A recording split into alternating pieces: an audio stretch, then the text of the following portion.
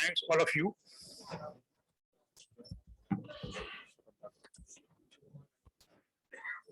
Now I request sound manager to play a shabad to take the blessings of the divine power.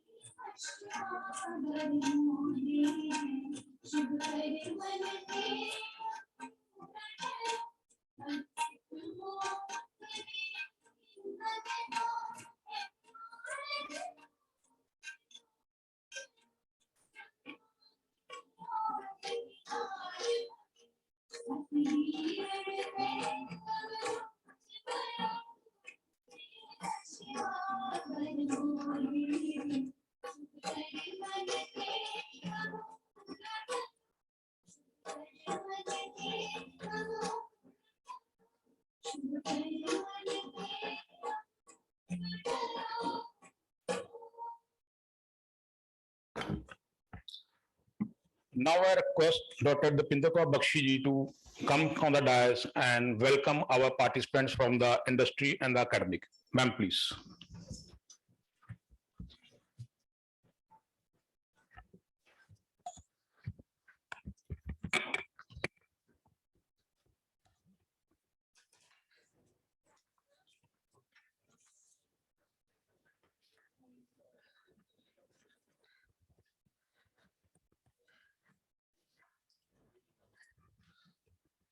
A very good morning to all of you, and from Punjab State Council for Science and Technology. It's a really happy day for us. I feel very privileged to welcome all of you. So I would say that I would welcome the participation of the experts and the participants who have joined us on this platform today from a different verticals. So today we can see the verticals which have joined us today. They are not only from academia and from the colleges and the universities, but we have a large chunk of the industry and the industrial associations. We have experts from the central and the state organizations, and so very happy to have all of this mixed together. So I welcome you all from core of my heart. And I would also say, I will not say that this is a program of PSCST, this is a program of Punjab University, this is a program of GNDU or CII. I would say this is a program of you, because it was you only who inspired us to get along to do this program.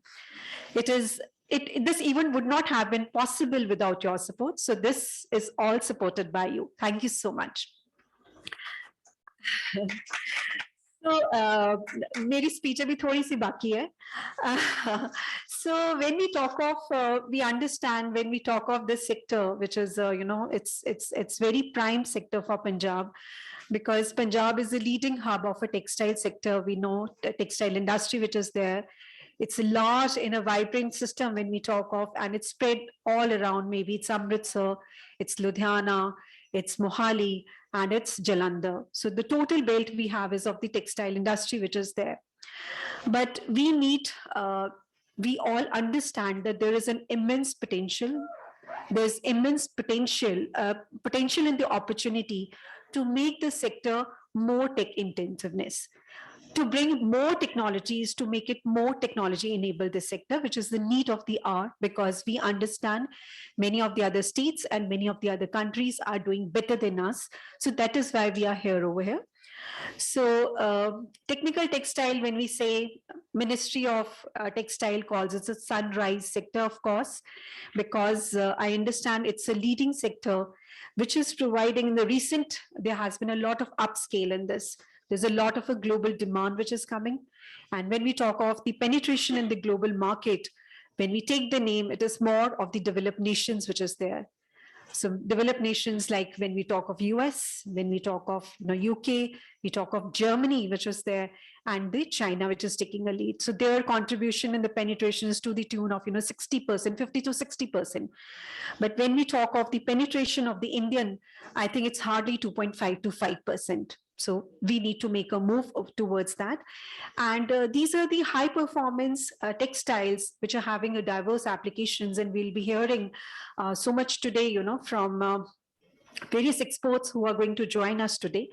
But I understand that there are certain sectors where a lot of, there is more uprise in those sectors. Maybe it is the automotive sector, maybe it's a medical sector, health sector, and the sports tech, which is taking more leadership in this. So Government of India is taking a lot of initiative. We have a mission which is there run by the Government of India, where not only the emphasis is being given to the single, but it's end-to-end approach. Maybe it's a research, maybe it's an innovation. It's also going in for the skilling. It's also going in for the training part. Of course, the marketing potential and export potential that I understand. So a lot of push is being when given by Government of India, then we need to take these. So we have certain speakers who will be also talking about the policies and the programs which is there, which we all should be encashing. Back home, when I talk of a Science and Technology Council, that is my council, we are also running a mission Innovate Punjab. And the idea is to have all the stakeholders, consolidate all the stakeholders, maybe it's industry, academia, startups. Startups is one of a very important vertical which we want to have in our base. So augmentation of all these stakeholders to make Punjab a hub of research, innovation, and entrepreneurship. So this is how we are going. We have also various programs which we are running. One of the program is also the institution and the innovation industry clusters which we are making. And this conclave is, I think, a step towards that. Now we want to make it for the technical textiles. I will just say that how this started. This did not start today only. It's, I think, 6-7 months back or something like that. Amit ji must be remembering, because there was an IT Roper. There was an industry day, right? So yeah, industry day was there in IT Roper, and I had a chance to meet Amit ji. And then when we were talking, he said that word I listened from him that time. He said, अगर कुछ करना है ना तो technical textiles में करिए. So that was the first time I had some interaction with the industry talking about. He also sent us some concept note, and then I got joined with the Manuji. Manuji is having sir is also having a technology enabling center, Dr. Rupinder Tiwari, and they have got a club which is called a technical textile club. So I interacted with Manuji. So we started connecting dots, and then the Rajiv Sachdeji came along, and he has been a constant support to us. He has been pushing us, "Ki, madam, let's do something. We are there." And then the GNDU, Dr. Virender and Dr. Pati pitched in.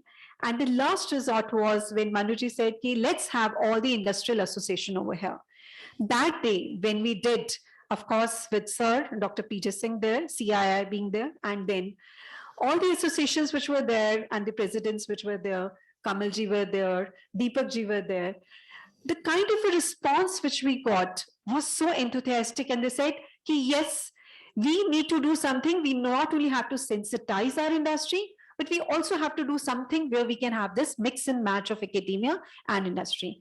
So that is how this journey started, and that is how we are here. So I just want to say that let's make this as a beginning for all of us. So let's try to make it as fruitful as possible. We should all point out to certain things, what are the challenges which the industry is facing, and how academia and the research institution, they can come join hands with them. Maybe we can start with the smaller projects. Maybe we can also have a later on the bigger projects for which the funding can be sourced. So I on behalf of State Council, again, I welcome you all and I'm thankful to you all. Thank you so much.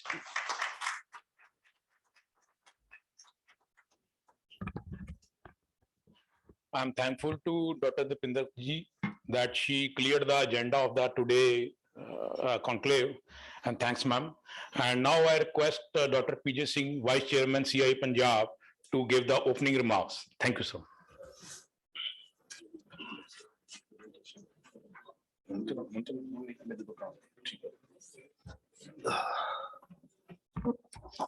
Good morning to you all. On the onset, on behalf of CII and myself, I would like to congratulate the key organizers, Dr. Jitinder Ora and Dr. Dipinder Bakshi, and of course, Dr. Manu Sharma, who brought this concept of, this beautiful initiative of getting every stakeholder together. And I'm sure today I can see faces from all stakeholders, be that industry associations, be that Punjab State Council of Science and Technology, be that Punjab University, GNDU, and other forums like IIT who have come forward today. So the purpose remains that we need to understand the problems of textile industry. That's the first thing. And then this forum will help resolve each one of them. Not only that, the key agenda also revolves around that can we shift the industry from the present kind of products which have low margins, which have less growth, and which are not very futuristic, to product lines, product categories which are having high margins and they are futuristic, and then they have a scope of high growth. So when we talk of such a kind of a futuristic textile product, one for sure name that comes to our mind is technical textiles. And let me tell you, technical textile as such is a very complex, very big word. So we need to slowly understand layer by layer. Today, I think, is a first day to do that, but then it is not the only day, since it's just a beginning of the story. And maybe I was talking to the professors of GNDU that we need to sit again and again, maybe every 15 days, and in an informal session, we need to bring out all the problems and then kind of create an industry academia cohorts groups where we can actually have the problem and the solution providers also. So on behalf of CII, I would like to tell you that CII has taken a resolve this year that we will function on some focused areas. And one of the focused areas that we want to function on is technical textiles. So I understand that Punjab textile industry has been in pain and they suffered a lot during terrorism days. So we need to support them. That is the resolve. So CII would work with all these stakeholders. I was talking to Professor Dr. Bakshi.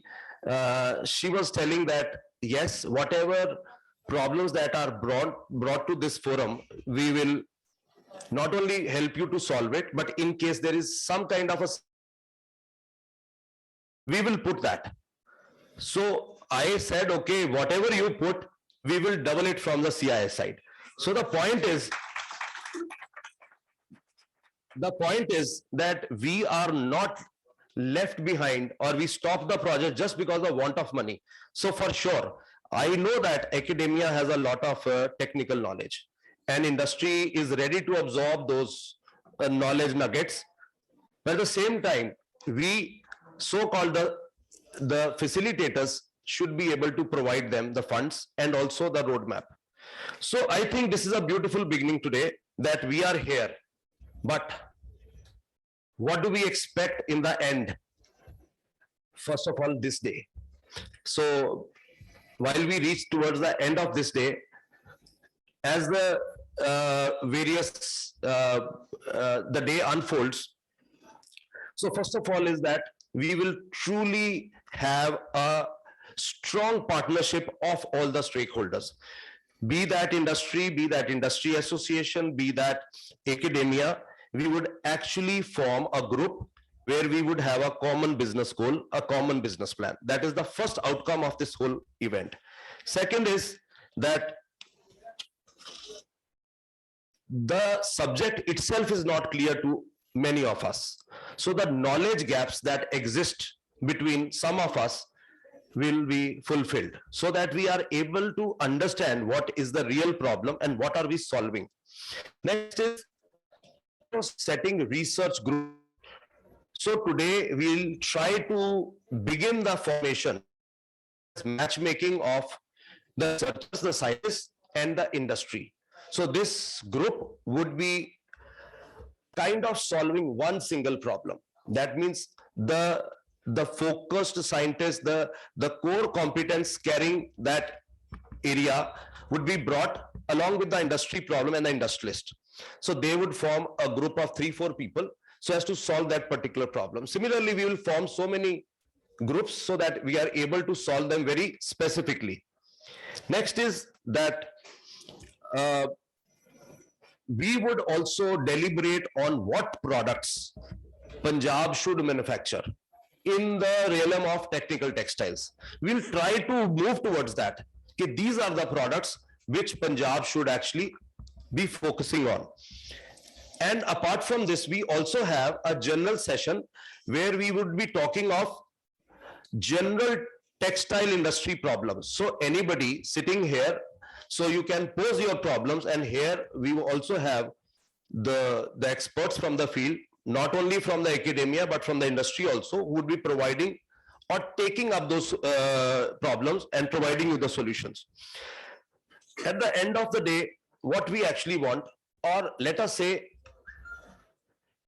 maybe in the next few days, what we want is that the industry which comes forward to be the part of this program, we will develop a clear-cut business plan for them, that what is the technology that they would adopt, what is the product they would go for, and what would be the outcomes, that means revenues and profits that would come. So we would make a theoretical plan for each industry, those who become part of this program. And not only that, once we are very clear what the industry is asking for, we will create a business plan for the whole state, which means the state is very clear what products are we working for and what kind of revenue numbers we would achieve in the technical textile industry. Unless we are very clear, we would not be able to move towards that.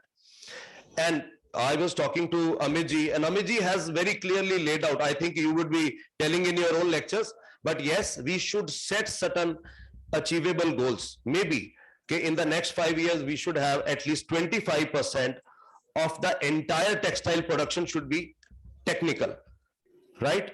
So this is how we proceed, so that we have clear goals laid out. So with this, we would kind of have all the bottlenecks, first of all, understood, noted somewhere, and then we will work towards solving them. And I tell you, we have another program under which CII wants to help the industry, and that is called as private equity funding. So we talk to a few funds, because what you need to, when you want to change from one product line to another line, and textile is a very capital intensive industry, so we have talked to a few funds.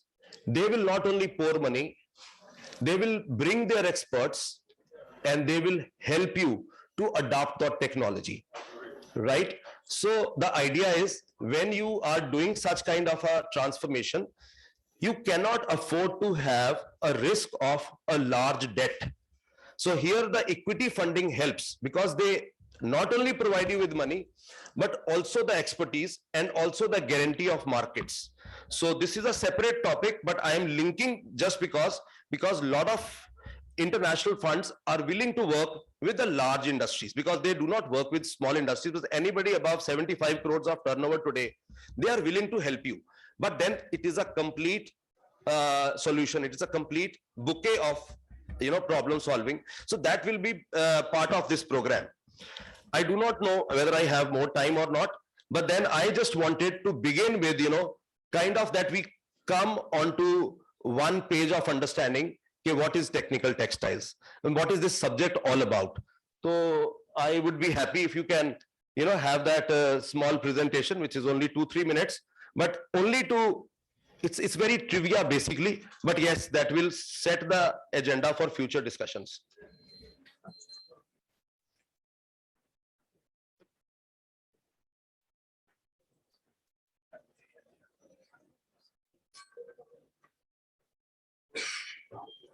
Full screen kar do.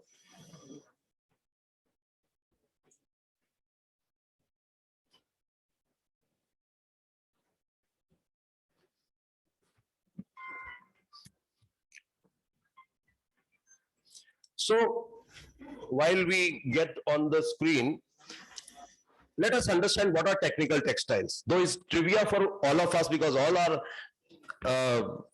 experts sitting here, but technical textiles are those textiles where the textile is being used for its technical performance and functional parameters, functional properties. So they are called as textiles. And then yes, so we have huge application, unending list of application in aerospace, in packaging, in hazard protection, shipping, sports, agriculture, defense, healthcare, construction. You name it, and the textile is being used there. Imagine I was reading once on the medical devices and I found that heart valves are actually made out of textile, right? So everything, I mean, we can't even say now the new organs that are being produced. You know that we are now synthesizing organs. Let's say I can synthesize my own heart or liver. The technology is there, but the base they have converted, they have taken polymers from textiles. So that is the construction building material of it. Imagine such kind of high-tech application coming from these textiles.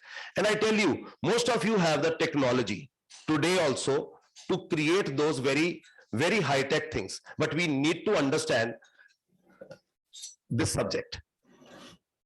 So when we talk of technical textiles, there are 12 major segments, and these are the segments in which standard they are categorized. So these are the applications.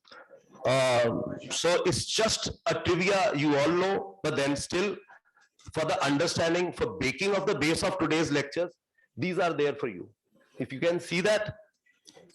Right. Now a bit of data.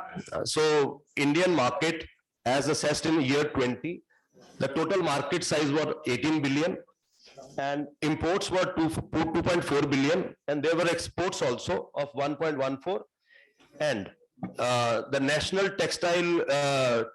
Technical Textile Mission of India has now put a target of about 20% growth in this sector for the next 4 years. That is till 25. We expect the total turnover to be going from 18 to 35 billion. So such is the kind of growth possibility in this sector. Today, we are growing at about 12%. And 20% is going to be the growth, because not only that we are here talking of technical textiles, the entire country under this textile mission is talking of the same subject and trying to take this growth from 12 to 20%. So imagine these are the kind of exports that India does, these products, which means that there is ample market in India. We are not producing them. So all we have to do is take the technology from these experts sitting around us, build a production capacity. India has a huge market already existing. So this is about the status of Punjab, because of late what we see that textile industry, some of them are in pain, and the pain is because of the rising input costs. And that's because we all know that cotton, nylon, even dyes, successively we see their prices going up every year, and industry is not able to kind of keep pace on maintaining their margins. So next is competition from countries. We all know that Bangladesh, Vietnam, China, and even Sri Lanka are the countries who are a big threat to the Indian textile industries. So they have a huge pool of low cost labor. And then they have great positive policies around the textiles. And in the morning we were talking, even India, Odisha and other Andhra have great policies. They're very specifically very nice. And one, we all know the reason is lack of modernization. Over the years, Punjab has not spent enough money in modernization of their machinery or technology. As a result, we have huge waste, less efficiency. As a result, we are going behind in terms of our profits and our growth. Labor shortage is a problem, though due to many factors, that this is a very labor intensive industry, and slowly we do not have sufficient institutes to create skilled labor. That's one problem. And in technical textiles, we'll definitely be needing it.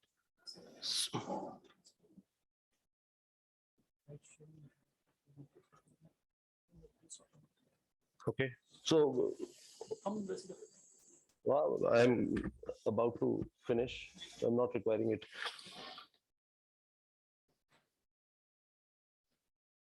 So anyway, I am coming to the end of my lecture and saying that what we need to do.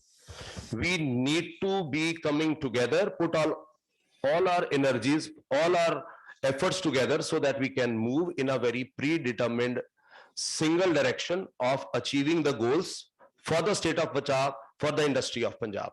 And in this enclave, I'm sure we are going to set the making of the first seed around which we can build a great industry of textiles and technical textiles in Punjab. With these words, I congratulate everybody for being today in this historic day of starting off a great journey in technical textiles. Thank you.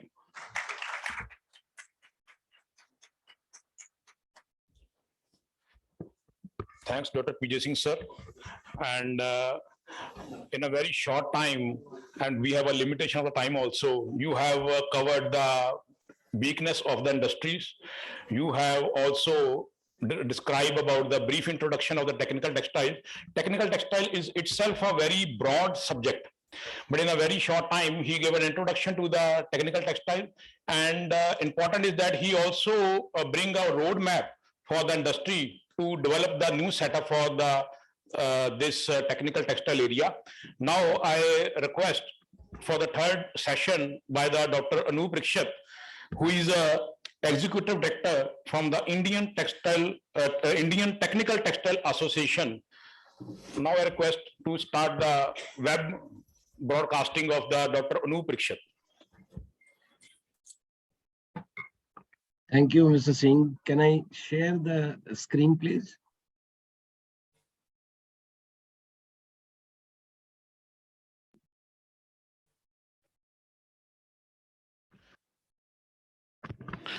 Yes, sir, you are audible, sir. Am I audible? Yeah. Sir, your presentation is also visible, sir. You are able to see this, no? Thank you, sir. Okay. So all the dignitaries on the dais and the off the dais, very good morning to all of you. Now, at the outset, I'd like to thank the organizer of the conference for inviting me to address this August gathering. Now, my association, I just want to say that this is the association all over India and abroad. We have got 400 plus members. And this was formed by the Ministry of Textiles in 2010. So it is about 11 years, 10 to 11 years young organization. And this is mainly the objective is to promote the technical textiles, spread the knowledge, and uplift the industry on the technical textiles. So today, I would like to discuss as the topic which has been suggested to me is the technical textile as a national perspective in this Tech for Techs conference. Now, these are my agenda today. That what are these technical textiles? Little bit more than what Dr. Singh, JP Singh has explained, and then the different market sizes global of India and their growth rate, initiatives taken for the growth current and the future, then recent changes in the government policies, export import, little bit of trend we are doing regularly, these type of analysis, then investment trend and the future potential, and then to sum up this. As you know, I understand these today's combination of participation is from the industry as well as of the academia. So looking at this, I will try to give more inputs on what Dr. JP Singh said about the and also Dr. Dipender, they have mentioned about the opportunities for the industry and opportunities for the young generation, that is the students and also the teachers and the startup fraternity. I will try to cover them based on the knowledge and the information we have in our domain. Now it is already talked. Anything having a technical and the performance properties in the textile is called the technical textiles. That means this differentiates than the apparel and the ordinary fabrics or the garments which we are wearing vis-a-vis the technical textiles. You know, suddenly these technical textiles, people think, what is this actually? There is something which is giving you something like a functional extra properties to you. For example, that there is I'm going to deal with these examples a lot. I'll cover in that. Now, this is what is, I thought that many people you know, but it is just to recollect and refresh your mind that these are the 12, and now we are calling it as a 13. I will come to that, is the agro textiles. That means by name, you can see there's different types of, because I'm not going into too much of details because of Sorry to interrupt what is you, Dr. Lakshit. Huh. Your slides are not changing, please. the slides are not changing. Not changing. Please check. Oh, this was also happening when I think Dr. JP Singh is there. On my screen it is happening. Screen is visible, but slides are not changing. Oh, is it so? Can I just stop sharing and then reshare it? Please I share. think let me try that.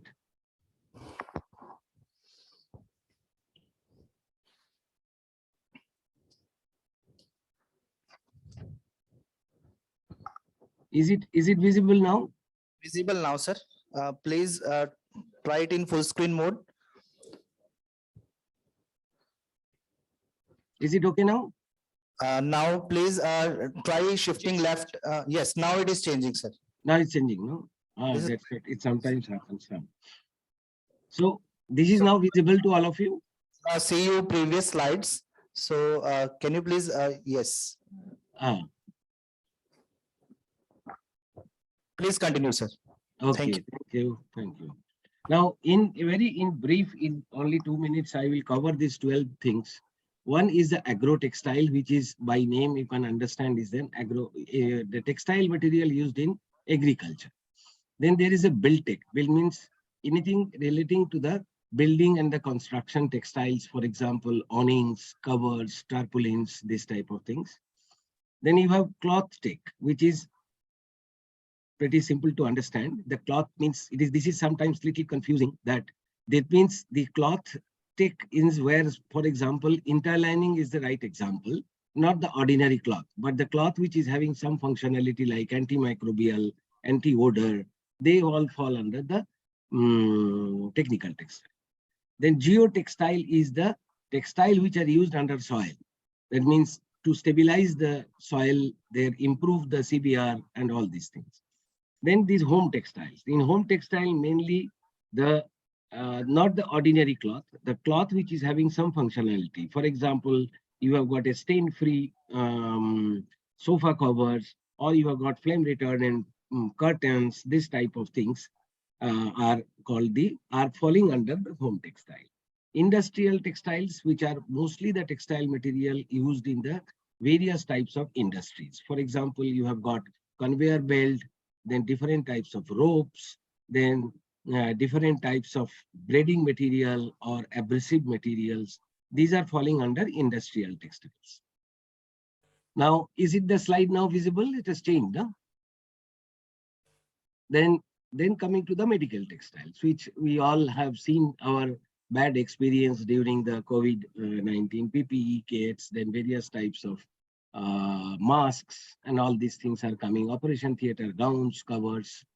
Then mobile tech, which is automotive textile, anything textile material used in the automotive sector, whether it is car or bus or any type of things. This airbags, then you have got all these carpets, webbings, belts, and then this is the environment. This is in Ocotex. Ocotex is the mainly for the covering the protecting the environment.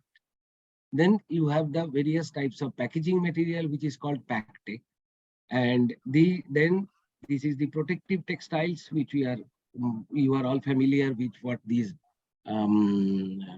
firefighting people and other people are using, and to protect the human being and also their various other parts of the body. Now there is the sport tech. The sports textile has got various textile applications right from the ground, means the astroturfs, plus the different types of the jerseys which are being worn, then whether you call it as a basketball, cricket ball, or football, all are having the textile material. And this is what is lastly is the composites. Now composites are also is used in between the these 4 or 5 different segments, but composites also is becoming an identity internationally to give focus on that. Composites are in mostly the textile material, which are actually is treated or coated with the engineering polymers, like a body part of the car or the bullet train or various other lighter trains and all that. So this is a very in short, this one. Now I am coming to the next next area of the global versus Indian market, where we stand. Now we are in US dollar 256 is the world market, which was in 2019, must have increased raised about 4.5%. Now the major contributors in these are the USA, Western Europe, China, and Japan. Now in Indian market overall, it was around 2020, earlier speakers have mentioned, nearly 19 billion, and which is about 6% of this global share. And now the current rate, we have been talking about 11-12%, but the recent survey done by the IIT Delhi, funded by the Ministry of Textiles, come out with a figure of around 8.25 to 8.5%. Now, there is a huge potential for the growth, and this growth, which is the target set by our Honorable Minister, that we should try to achieve by 2025, end of 25, around 40 billion, which should be, and we should target about say 13% of the global share. So, which is not impossible, where I will, with the push given by by the government, even the enthusiasm which has come into the entrepreneurs in our industry, which I will try to give with explain to you with some figures. Now, this figure of the Indian market, I have some data, which is actually breaking into all these 12 segments. Now, these 12 segments, you will find here that these are the different CIRG, projected CIRG from 20 to 25, next 5 years. And these are the various sectors. And in these sectors, geotextile has got the highest growth, about 17%. then Ocotex about 14 with all those environmental awareness, industrial textile 13. So these are some of the figures which are, today in 2021 is around $20 billion, which is currently 2022 around $22 billion, which is 1.43 lakh crores, which is expected to grow in the next 3 years or so up to end of 25 to the tune of around 28. So that means the target, which is 40 and 28, there is a gap. So which need to be bridged. And if the industry gets the push, and we are sure that the way the policies and other things are going for the next 3 years, this will grow at a much faster rate, not the 8.5%. Now, this is the global market with the different segment of these things, which I showed you about. Global market is around 240-50 US billion dollars. Now, I'll give you some export and import trend, how it is performing and where our industry is performing in this. Now, this we are regularly monitoring from the DGCIS data. That, and here 215 HSN codes are being considered, which are approved by the Ministry of Commerce and Industries and as well as Ministry of Textiles. And in this, it is showing that there is a gradual growth, and the last about due to COVID and all 2021 was slightly growth was lower. But now in 22 end, it is almost 22,000 plus. And now up to November, it is 15,000 plus. And it is now, if we project it by end of this year, 23, it will become almost like 22,500, which is a good growth rate of that. And we are expecting that the next 1 or 2 years, it is going to grow much faster. This is as far as we're doing the export. And these are the figures which are being imported to India. And that is also a major chunk. Although it is actually, we have the trade surplus of, let us say, if this end of the year, we end up with about 20,500 odd crores. So we are, import is slightly lower. But this import is a very huge import, which gives the industry a big opportunity for the indigenization of these products which are being imported. So I have actually tried to collect some of the key products or the maximum, amount of the value of the products which are being imported to India for my industry friends. You can see some of the interesting, the SFT airbags with inflator system, then other plated, laminated, coated, and these impregnated with the plastics, fabrics impregnated, coated with the polyurethane. These are 2 or 3 different, these are, the family is the same, but something coated with HDP, LDP is the plastics, then polyurethane, PVC. So this is what I wanted to convey to the industry friends. You see, these products are not difficult to manufacture in India. It is maybe the safety airbags, there are some reason because we have got a lot of international automotive industries operating in India, where they may have a different purchase policies that they have to bring in some of these products from abroad, from their own OEMs. But this particular chunk of one, these 2, 3, and 4, it can be easily replaced in India. Then the tire cord fabric for nylon and other polyamides. Then this tire cord fabric of nylon, there is one limitation because, as you know, the raw materials, high performance fibers, we have number of fibers we are not able to manufacture in India. And these are majority of them nylon 6 material. So it is being imported. That may be one of the reasons, which is a little bit difficult area. Then there are petrol filters. This is again not difficult to manufacture over here. There are manufacturers in India. Then high tenacity yarns, high tenacity, these things. And then tire cord fabric. So these are the major imported materials, goods in our coming to our country. So this is as far as export import areas, the scenario. Then now coming to the key initiatives for the market growth. The Ministry of the Textiles, as earlier Dr. Dipender and Dr. Singh also mentioned, that I am going to deal with little more details, that what are these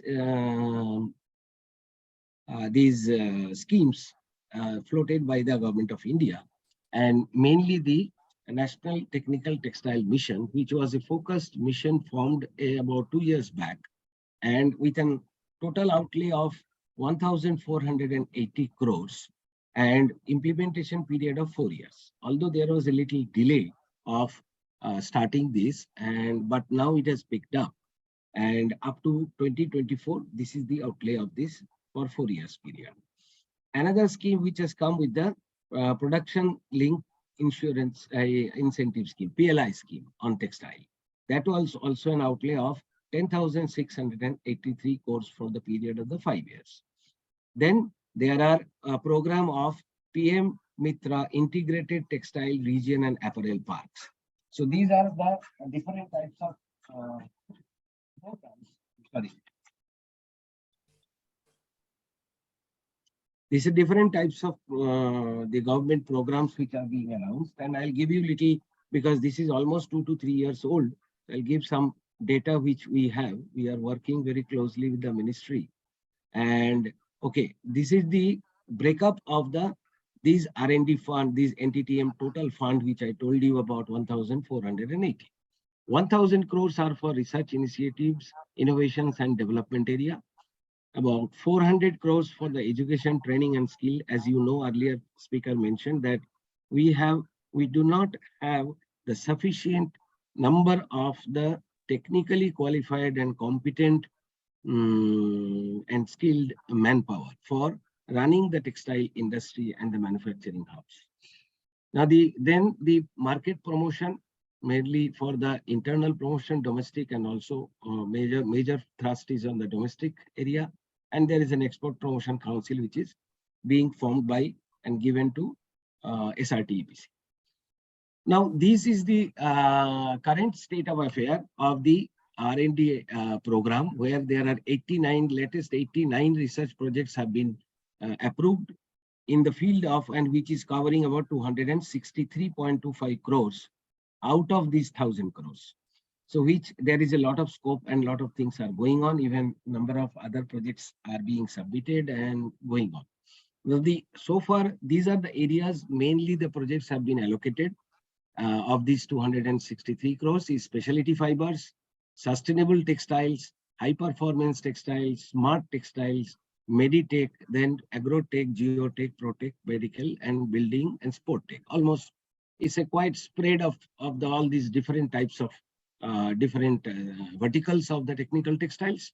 And in addition, there are specialty fibers, where there is in case of specialty fibers, there are certain projects which are given as a fundamental research. That means we do not know how to manufacture the aramid fiber, which is a derivative of the polyamide polymer. So these are guarded by the patented technology by DuPont and a couple of other Japanese and other manufacturers. Same way is the ultra high molecular weight polyethylene fiber, which is also a very, very popular fiber for various applications. So, and then your nylon 66, then some grades of the glass fibers. So these are the carbon fiber. So these are the specialty fibers where a lot of funds have been allocated. And the researches are going on in the various laboratories. All work have been started. But you see, the point is that this is not going to help in overnight. Industry is going to get the fibers. So what we are advocating as a policy change is, till that time, the industry should be allowed with a, if not zero, as a minimum possible customs duty or import tariff, so that these fibers or filaments are competitive to the other countries, the product which our industry is making. There was some headway done in 15-16 budget, where about 8 or 9 different fibers were brought down to from 10% to 25%. That means on the door, it will be about 25%. And this is now around 10-11%. But the other places, we have been pushing the government to reduce this import duties. but we could not get the success, but it is still under consideration. We are continuously trying to push the ministry to come out with this type of rebates. Now, this is the status of PLI. Now, PLI is mainly for the many people you know. PLI was focused on the scale. We wanted, the government of India wanted to establish the manufacturing facilities which are minimum investment of 100 crores and maximum about 300 crores initially. And they have to achieve double the turnover on the third year with a gestation period of 2 years. Now, it was a good amount of response had come. Almost 63 applications have been received so far. I mean, this is almost over about 6 months back. And total investment to the tune of nearly 20,000 crores. So this is a very good response. Looking at this response, and government is thinking of PLI 2 scheme to come out. In this scheme, actually from the associations also we are saying now, one is the scale, another is in this sector, we have got a lot of SME industries in the category of SME. So we should focus on and give the opportunity to this sector also, so that they can come out, and they are doing very good as currently in the contributing to the GDP and contributing to the industry's growth. So that has been now, it is under formulation, it is not finalized, but there has about even to the tune of 10 crores to 50 to 100 crores or 50, 60 crores, that level, and different segments. Work is going on, it is under planning. Now, these are the other initiatives which not today, but it is going on for the last almost 5 to 6 years. Now, one of them is, as many of you are aware, about the HSN codes. Now, you see, HSN codes is an harmonized code which from the needle to an aeroplane can be defined by a number. Now, problem on the technical textile was, these technical textile products are, I will give another example and then come to technical textile. As you know that some like man-made fibers, there are some designated chapter, like 54, I think. Then the cotton or the natural fiber designated one, fabric, knitted fabric, woven fabric, there are designated chapters are there. But technical textile do not have any designated chapter. And it is spread across all these, some from something like 39 to 98, different, at least 12 to 15 chapters, different products are falling under different numbers. Now, this was the problem of understanding and giving this type of, defining which are the products falling under technical textiles, which are not. Why it was important? That is because that state government, central government, various subsidy schemes are coming, like ATAF, MTAF, RRTAF earlier was there, and state governments are giving extra incentives for the technical textile. Now, the problem is, if it is not defined properly with a designated code, it is very difficult to identify which is textile and which is regular textile and which are technical textile. That was the logic by which we have been working with the Textile Commissioner's Office, Revenue Ministry, Textile Ministry, Revenue Ministry, and so far, about 259, these 260 numbers have been now identified. Still, we have our demand from the industry is another, maybe nearly hundreds are still under to be considered. If not 100, about 60, 70 are under consideration, because it's a big process. Now, as many of you will know that this HSN code, India government or Indian business setup or our government cannot change. First 6 codes are ruled by the international WTO and all. So you cannot touch them. So you cannot create a chapter unless it is internationally accepted, one chapter for technical textile. So you have to create a basket, taking from the different places, different chapters, and make it as a technical textile basket.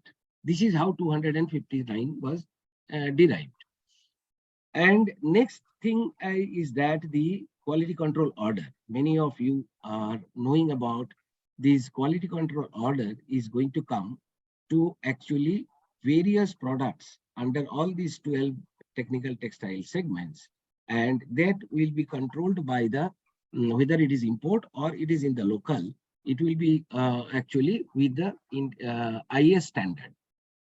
So 107 products have been identified, and there are debates going on, and 34 more are also being added. It's an overall industry welcome this move, so that the quality products are manufactured in India, and somebody who is trying to import also should have a check, because a lot of substandard products are being imported to India from various countries for various reasons. Not only the price, there are so many other reasons also.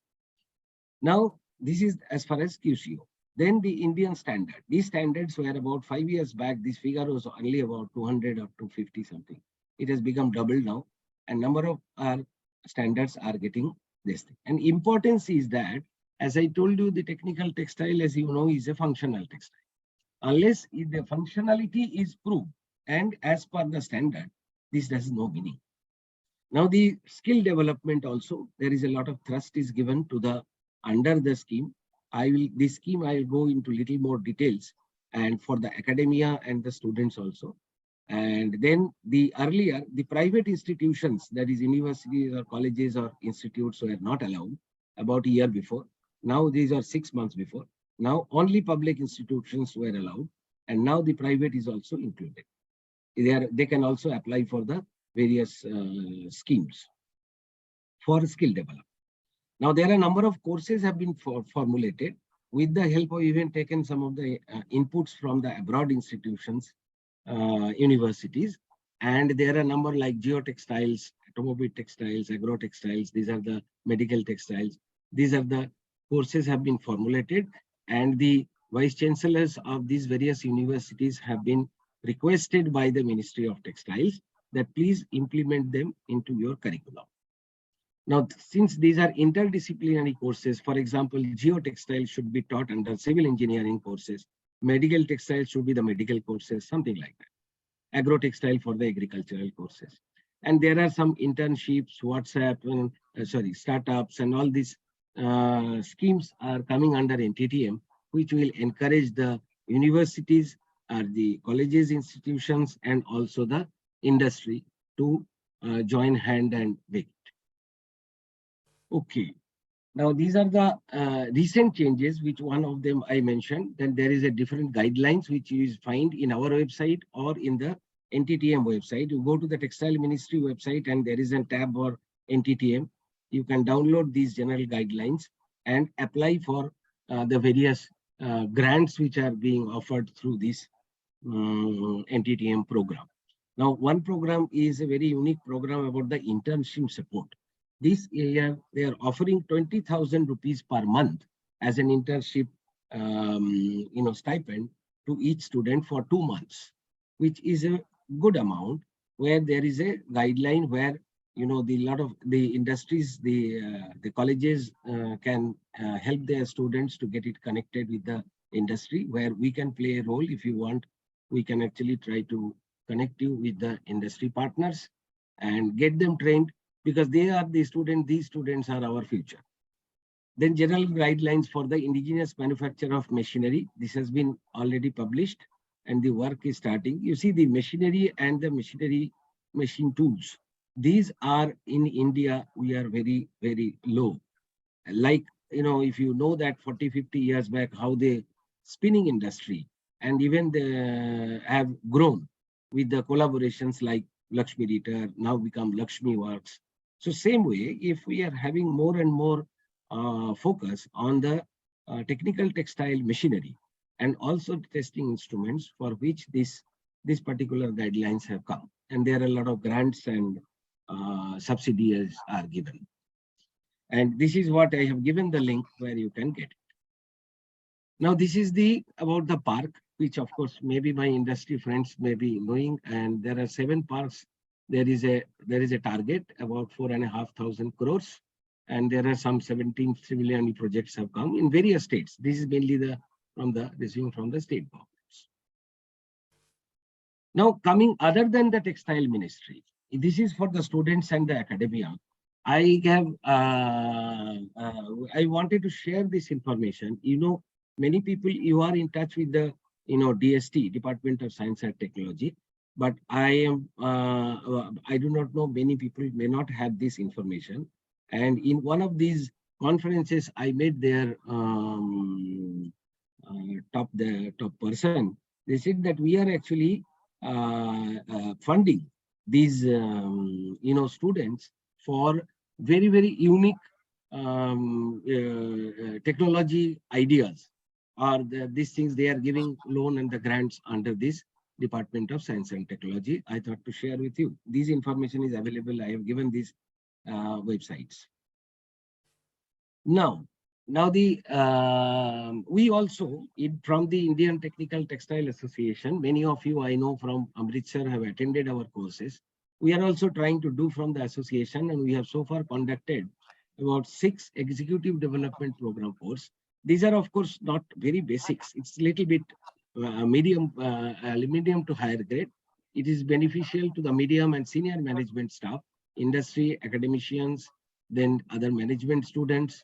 So we have so far trained about 200 plus students and academia and teachers and the management students also under these programs of protective textile. These are very focused program of protective textiles. Dr. Noob, sorry for the interruption, sir. We are already late, and So I will sum up the presentation, sir.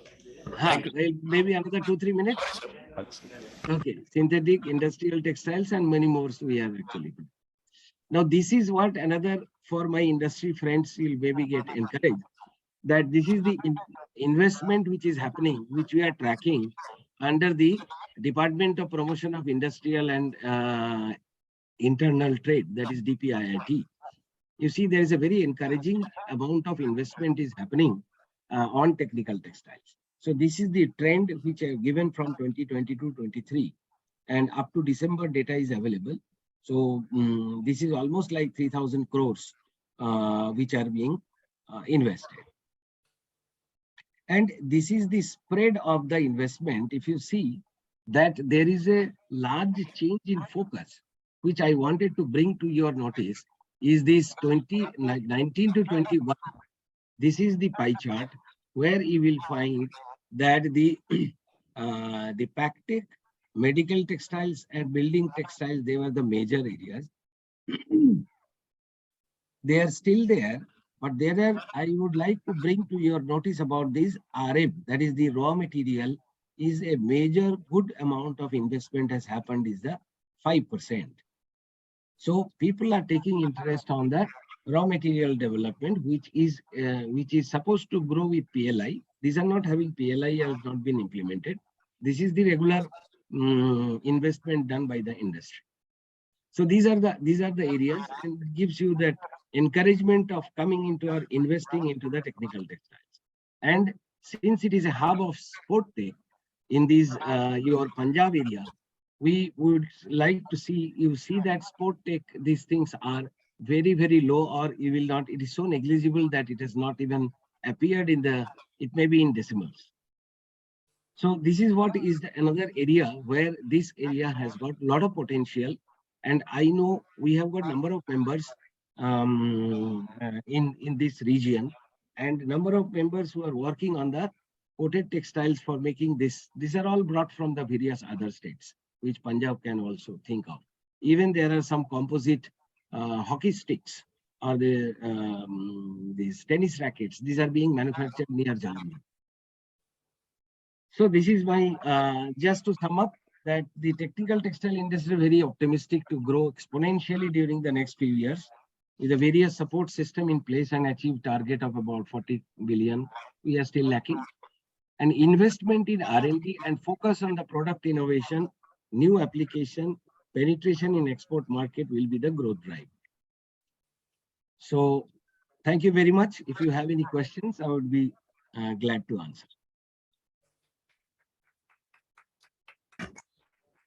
Now, any question, please?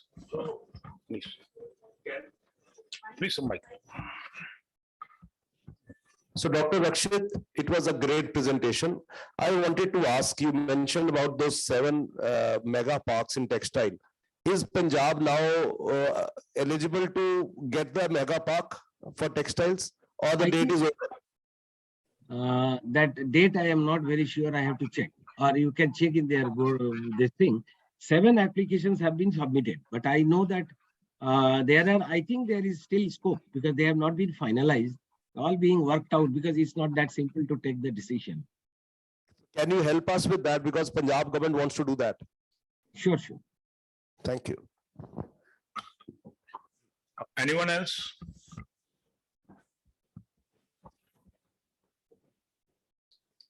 Please, sir. Sir, I am from Ludhiana, General Secretary, Knitwear and Textile Club. We make a offer to all the eminent personalities, those are sitting here, including you also. They come to Ludhiana, they make a small survey with our industry. What type of the value addition we can do with that very setup, or the new machinery is going to be demanded, we are ready to do that very thing also. So it is hour of the need. We are looking for that, not the pullovers and the jackets and these are the old days. So we have to shift our industry from to the other things to as a technical textile and become a stronghold of that very textile. Thank you. It's a good input you have given.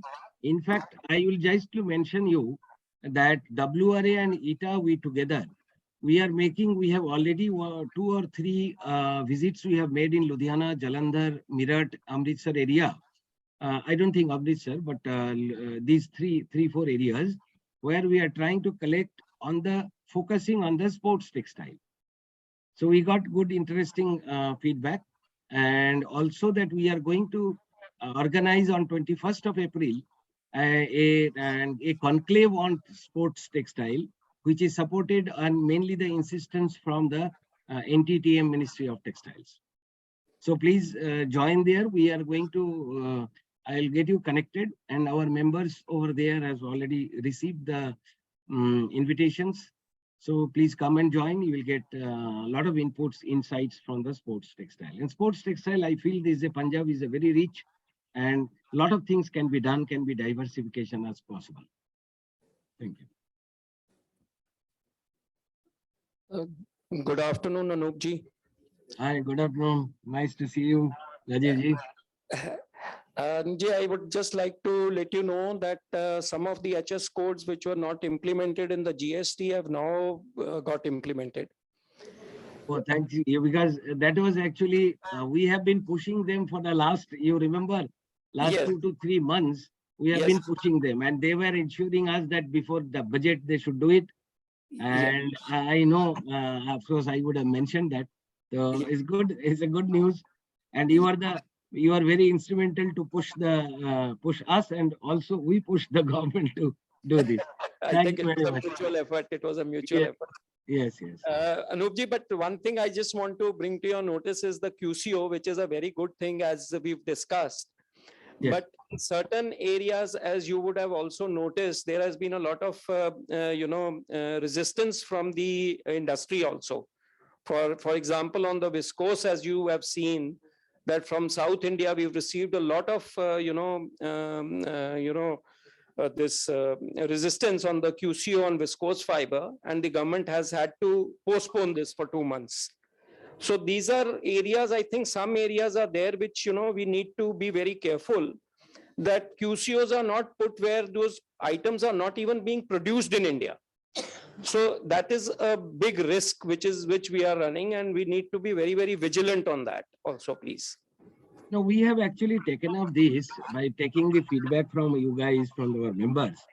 Ji. I'll tell you that some of the things we deferred, even this viscose also we objected, and then there is another big area which is coming under the medical devices. You see, there is one, you cannot have two regulations for a single product. Then the industry will suffer a lot. So we said that whatever the medical textile products are covered under the Medical Device Act, that should not be any QCO.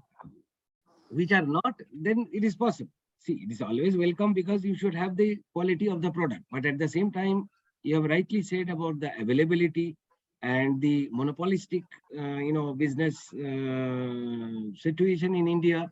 These things have to be addressed. So we are regularly pushing them, and accordingly we are doing, taking I'm care sure of. you are always doing that, Anupji, and keep doing the good work always, as you have. Thank you, thank you. I missed coming to Amritsar, as you know. I have some go to Indore tomorrow, so I could not come over there. Otherwise, I would have loved to come and personally interact with all you guys. Thank you so much. Maybe next time. Thank you very much.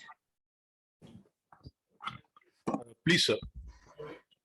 So one question more is there, sir. Yeah, so good morning. This is Professor Tiwari here. It's Good a morning, small sir. query. Does your association has a list of experts, textile experts from the academia side, which you can share with us? On technical textile? Technical textiles. See, because we have just started this program here, and the industry might be needing some experts which we may not have here. And that we can share. I can share it. No problem. Thank you very much, sir. Mm. Thank you very much. Anyone else? Please, sir.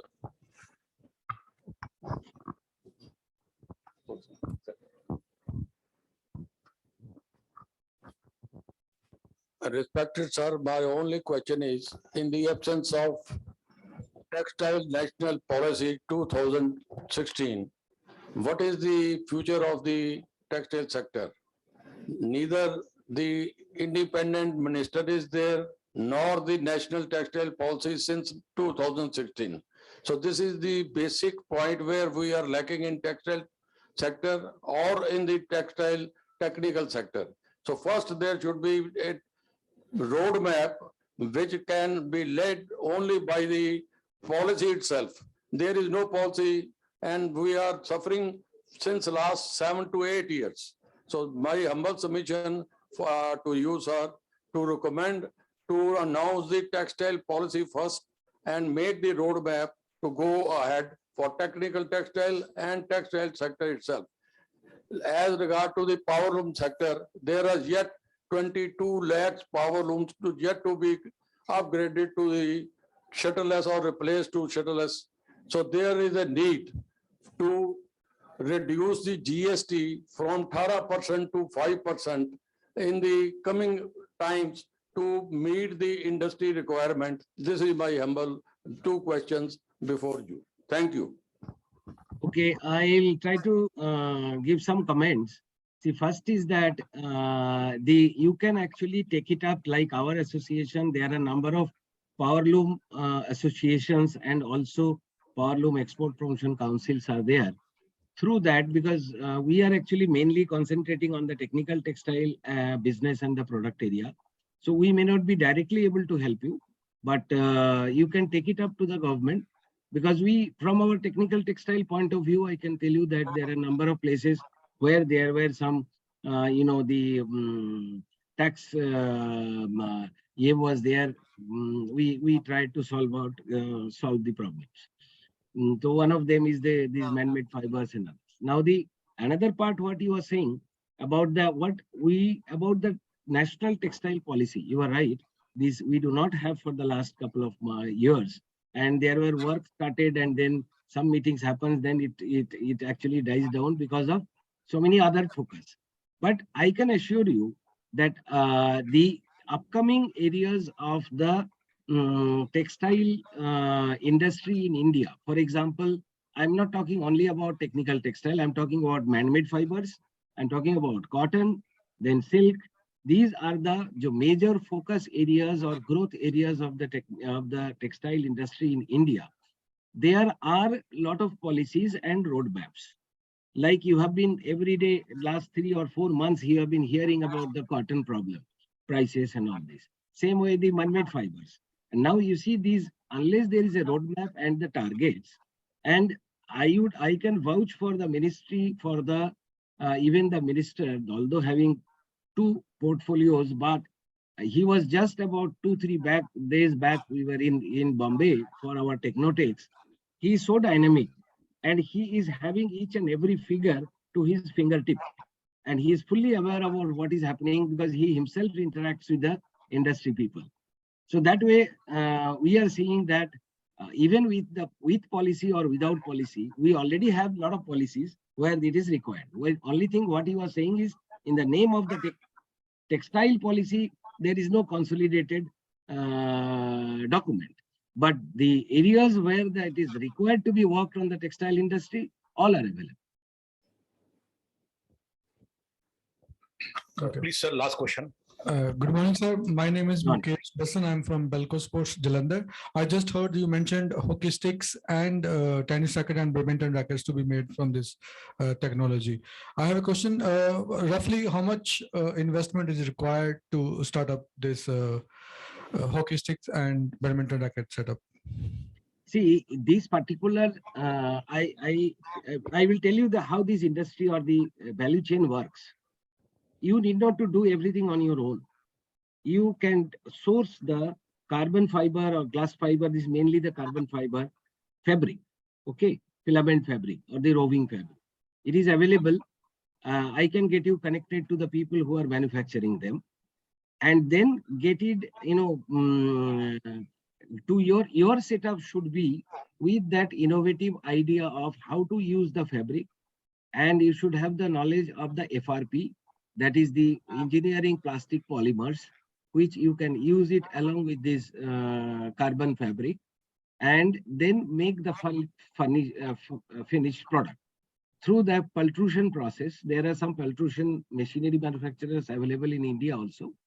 And there are certain other techniques by which you can make the hockey sticks, you can make the different types of rackets, whether badminton, tennis, and these rackets.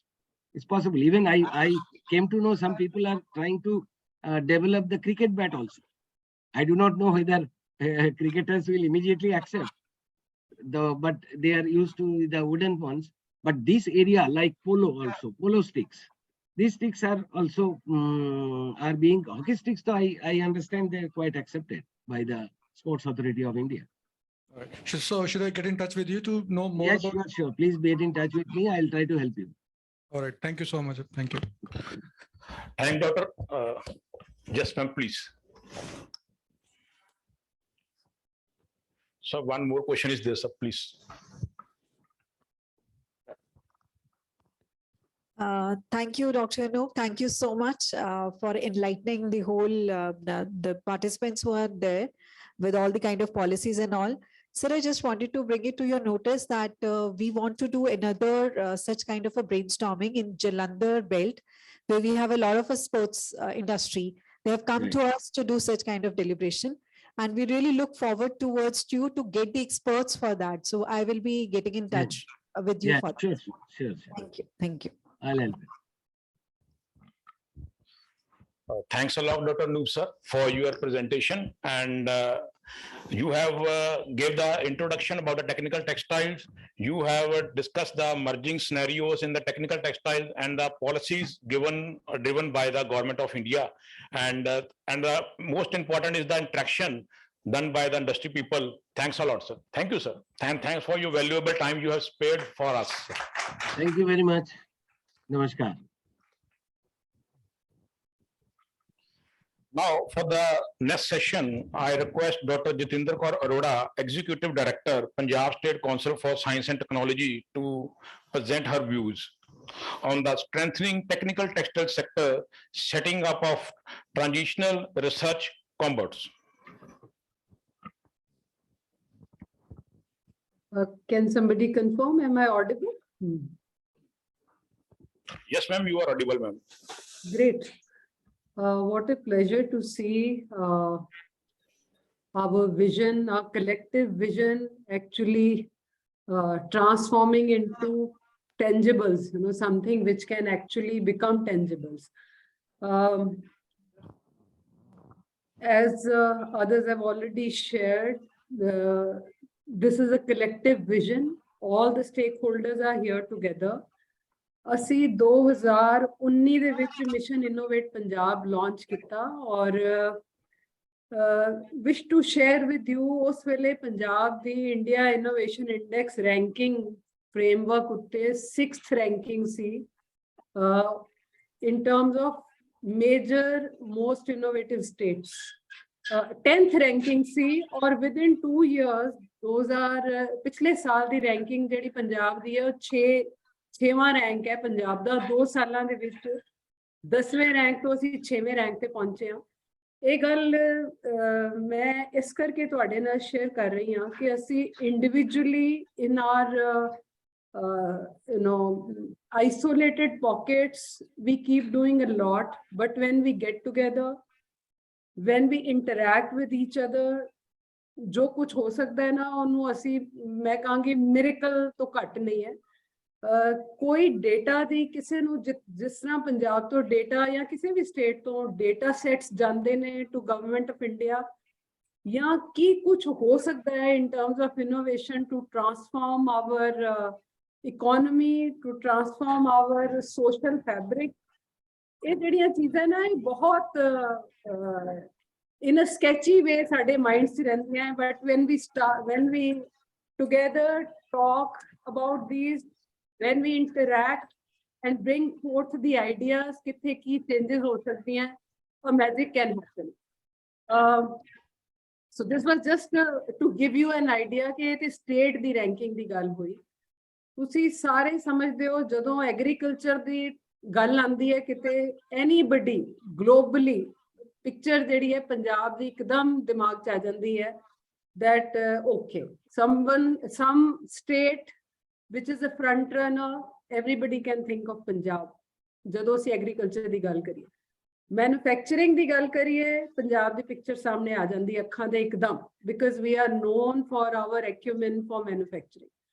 But when we talk of knowledge intensive economy, कि technology drive कर रही होवे वो एक state ਨੂੰ पंजाब ਦੀ sorry to say picture हले नहीं आंदी अखां दे सामने. So that is where something we can change tracks, I would say. ਜਦੋਂ ਅਸੀਂ ਇਹਦੀ ਗੱਲ ਕਰਾਂਗੇ ਇਸ ਨੂੰ ਸਮਝਾਂਗੇ। ਮੈਂ ਡਾਕਟਰ ਪੀਜੇ ਸਿੰਘ ਇੱਥੇ ਹੈ ਨੇ। ਡਾਕਟਰ ਸਾਹਿਬ ਤੁਹਾਨੂੰ ਯਾਦ ਹੋਣਾ maybe only a month back I shared with you in the industry day in the Indian Institute of Nanoscience and Technology. This was a concept, the state government said what we can do to revive the industry post-COVID in Punjab, and we came up with few recommendations after interacting with industry. And industry day was one of the ideas that came forward कि हर institute अपना एक industry day करे ਜਿੱਥੇ share ਕੀਤਾ ਜਾਏ ਕਿ industry ਨੂੰ ਕੀ ਚਾਹੀਦਾ ਹੈ ਔਰ ਇੰਸਟੀਟਿਊਸ਼ਨਸ ਕੋਲ ਕੀ ਹੈ ਦੇਣ ਵਾਸਤੇ ਔਰ ਗੈਪ ਕੀ ਹੈ ਉਹਨੂੰ ਪਲੱਗ ਕਿਵੇਂ ਕਰੀਏ। And within no time the institutions have started taking this recommendation forward. IIT did it, CSIO did it in Punjab, INST did it, and the last industry day that Institute of Nanoscience and Technology had, I shared, Dr. PJ Singh was there, कि साडे India दी R&D expenditure जो है research and development ਦੇ ਉੱਤੇ ਜੋ expenditure ਹੈ as percentage of GDP ਤੁਸੀਂ ਬਹੁਤ ਲੋਕ ਜਾਣਦੇ ਹੋ, it's only about 0.7%. If we look at the developed countries, ਕਿਸੇ ਦਾ 2%, ਕਿਸੇ ਦਾ 3%, ਕਿਸੇ ਦਾ 4%, ਤੇ ਸਾਡੀ requirement ਹੈ ਵੇ ਇਹਨੂੰ ਵਧਾਉਣ ਦੇ ਲਈ that the R&D expenditure of private sector should increase. It should at least match what public sector is putting in. And then we can tread that journey that I just mentioned to become a knowledge intensive country and to become a knowledge intensive state when I talk of Punjab. और happy to share, मैं पिछले महीने ही ये गल कीती, इस महीने असी already एक study Technology Enabling Center of Punjab University ਨੂੰ ਨਾਲ ਲੈ ਕੇ, Dr. Manu Sharma is here, Dr. Rupinder Tiwari is here, who mentors them. ਇੱਕ study already ਸ਼ੁਰੂ ਕਰ ਦਿੱਤੀ ਹੈ to look at ਕਿ ਸਾਡੀ ਇੰਡਸਟਰੀ ਦਾ R&D expenditure ਕਿੰਨਾ ਹੈ, ਉਹਨਾਂ ਦੇ technology gaps ਕੀ ਨੇ. And the Department of Scientific, Industrial and Research of Government of India is very keen ਕਿ ਪੰਜਾਬ ਵੱਲੋਂ pilot study ਹੋ ਰਹੀ ਹੈ ਜੇ ਉਹਦੇ ਵਿੱਚੋਂ ਸਾਨੂੰ ਕੁਝ ਚੰਗੀਆਂ recommendations ਦਿਖਦੀਆਂ ਨੇ, they would like to emulate it in all the rest of the states in the country. So ਇਸ ਦਿਸ਼ਾ ਦੇ ਵਿੱਚ ਹੀ ਅੱਜ ਦਾ ਇੱਕ ਜੋ I would say a very focused event that we all together thought of having. Textile sector ਜਿਹੜਾ again Punjab ਦੀ ਬਹੁਤ ਵੱਡੀ ਸਟਰੈਂਥ ਹੈ ਪੂਰੇ ਇੰਡੀਆ ਦੀ ਜੇ ਅਸੀਂ ਗੱਲ ਕਰੀਏ ਤੇ ਕੋਈ 45 ਮਿਲੀਅਨ ਲੋਕਾਂ ਨੂੰ ਡਾਇਰੈਕਟ ਐਮਪਲੋਇਮੈਂਟ ਦੇ ਰਿਹਾ ਹੈ ਟੈਕਸਟਾਈਲ ਤੇ apparel sector and indirect employment to about 60 million people Punjab ਦੇ ਵਿੱਚ ਸਾਡੇ ਕੋਲ ਕਈ ਕਲਸਟਰ ਨੇ ਟੈਕਸਟਾਈਲ ਦੇ ਔਰ ਬਹੁਤ ਵੱਡਾ ਸਕੋਪ ਕਿ ਇਹਨੂੰ ਅਪਗ੍ਰੇਡ ਕਰ ਸਕੀਏ so that's why we thought knowledge intensive ਇਸ ਸੈਕਟਰ ਨੂੰ ਕਿਵੇਂ ਬਣਾਈਏ I'm sure ਕਿੰਨਾ ਕੁਝ ਹੋ ਰਿਹਾ ਹੈ ਹੁਣੇ ਅਸੀਂ just the previous speaker shared with you ਅਸੀਂ ਬਹੁਤ ਸਾਰਿਆਂ ਨੂੰ ਇਹ ਪਤਾ ਹੀ ਨਹੀਂ ਹੋਣਾ ਕਿ ਇੱਕ ਪੂਰੀ ਐਸੋਸੀਏਸ਼ਨ ਟੈਕਨੀਕਲ ਟੈਕਸਟਾਈਲ ਨੂੰ ਲੈ ਕੇ ਬਣੀ ਹੋਈ ਹੈ ਔਰ end to end approach ਨੂੰ ਲੈ ਕੇ ਚੱਲ ਰਹੇ ਨੇ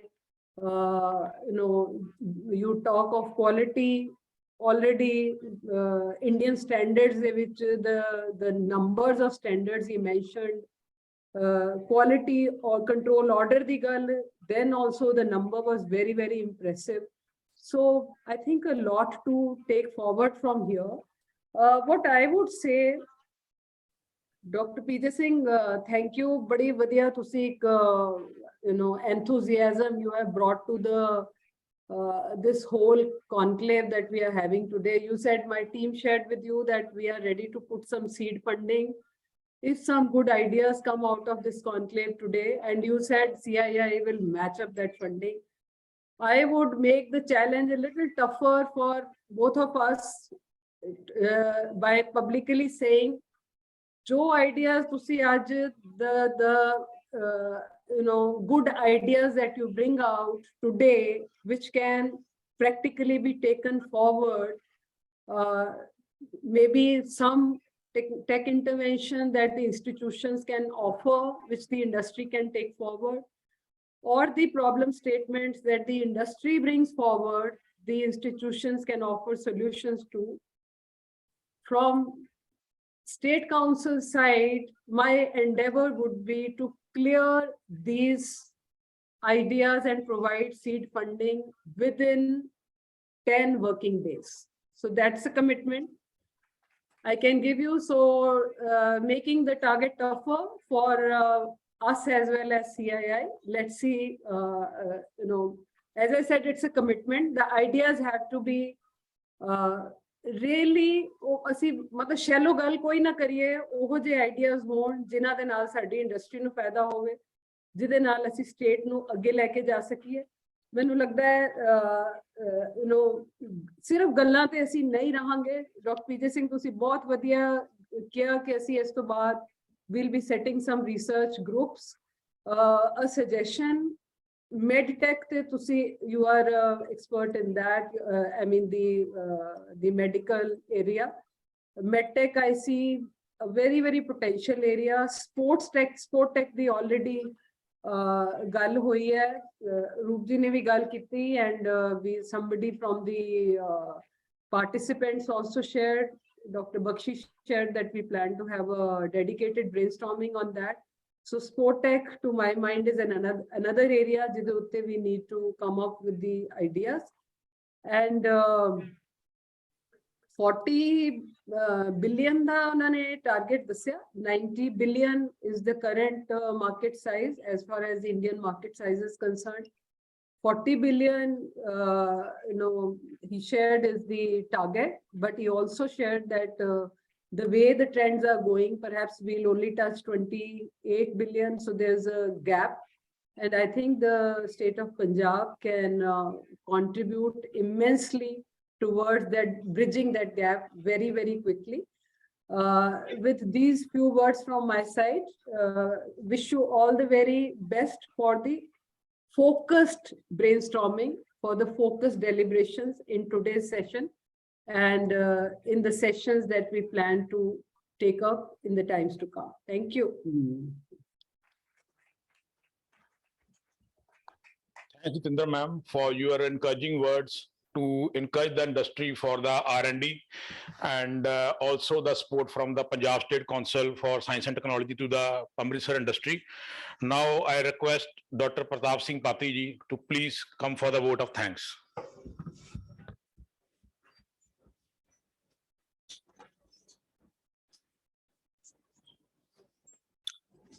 Thank you, Dr. Mali. Good morning, all of you. It's indeed very heartening to see in the single group there are industry leaders, industry representatives, entrepreneurs, academicians, government agency. I can see Mr. Birinder from MSME and the students. In fact, in the beginning, I would like to really acknowledge that this is such a wonderful conclave. Never had happened earlier. I wish it would have been organized much earlier. So let's give a big hand to those who envisaged this, and this was brought to this day. Let's give a big hand to those. In fact, the theme of today's conclave was technical textile, the way forward. And when I look at the whole concept, in fact, in the morning, also we had a lot of discussion on this, very good keynotes lecture by Vijay Singh Saab, and then we have Anup Saab. What I see is rightly mentioned by Hamara Baxi Madam, that this is a sunrise sector and it has high potential. And we enter to the sector little late. But nevertheless, with the potential, with the kind of leadership that we have in our state, I think we are going to pick up.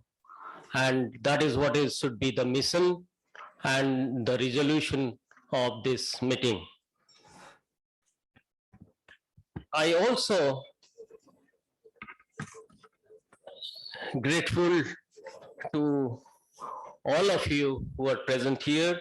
I mean, there is a long list that when I was there in the seminar, I prepared a long list to extend my vote of thanks.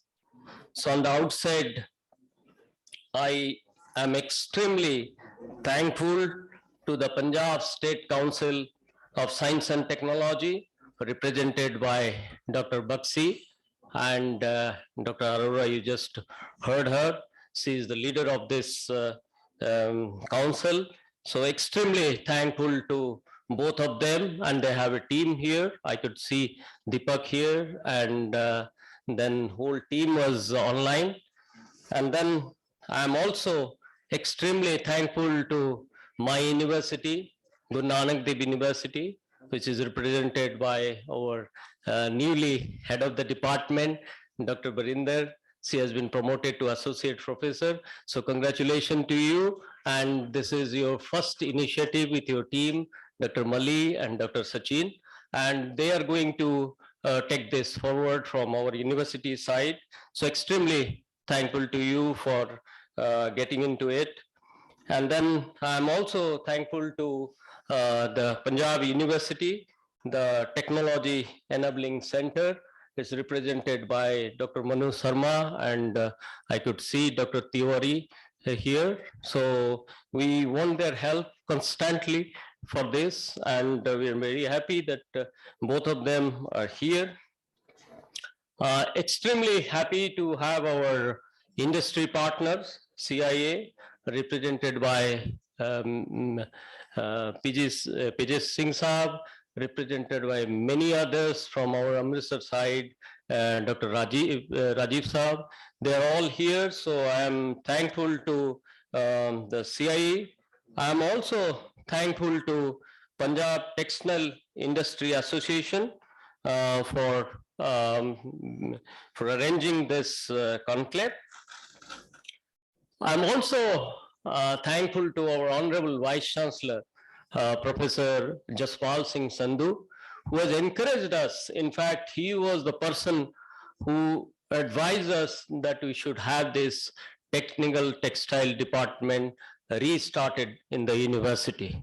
We had earlier textile chemistry department, but he was the person who said that let's have this because it has a role in Punjab and we should play a leading role in Amritsar. So I am extremely, extremely thankful to our Honorable Vice Chancellor. He, in true sense, is an inspiration for all of us. I would also like to thank a long list of speakers, and I think they will be in the next session. They will all be delivering their talks. So it's a long list, but from core of my heart, I thank all of them who are going to address to all of you on technical textile and the emerging area. What are the prospects involved?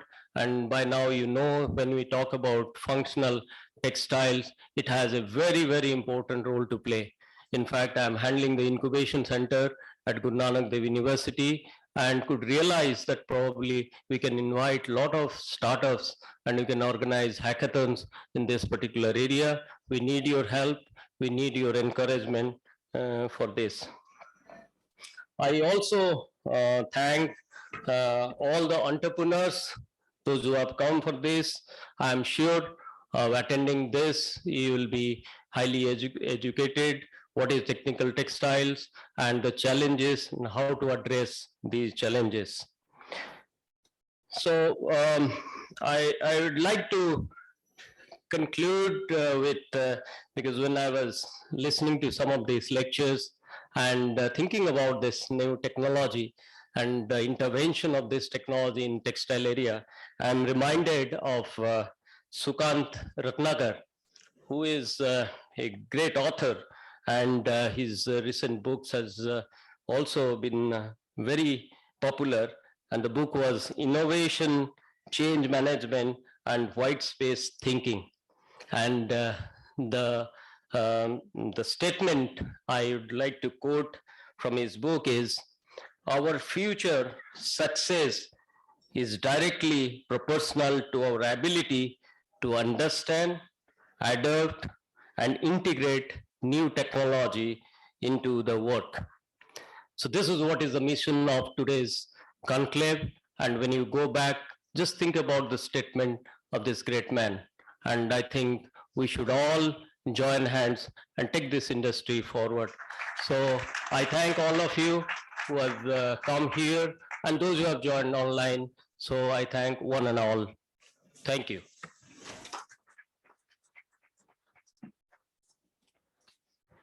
Thanks, sir, for your words. Now I request Dr. Manu Sharma ji, Rajeev Sajde ji, Professor Tiwari ji, and Dr. Vrinder Kaur ji, please come here on the stage, and so that we should honor our today's speakers of the first technical session. Please, sir. Please, sir, aap bhi aa jaइए.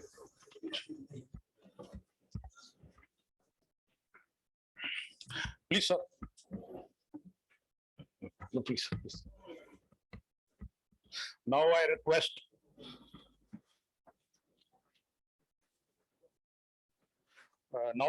Dr. Dipinder Kaur Bakshi ji, please. आप भी sir आ जाइए, please, sir.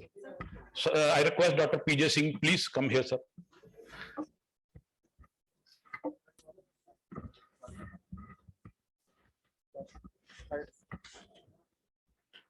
पत्तियां बंद कर दियां सारियां.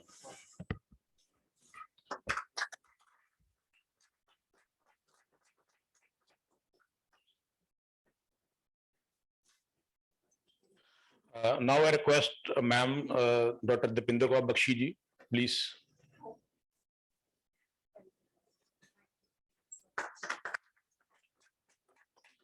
Now I request Professor Pratap Kumar Pati ji, please.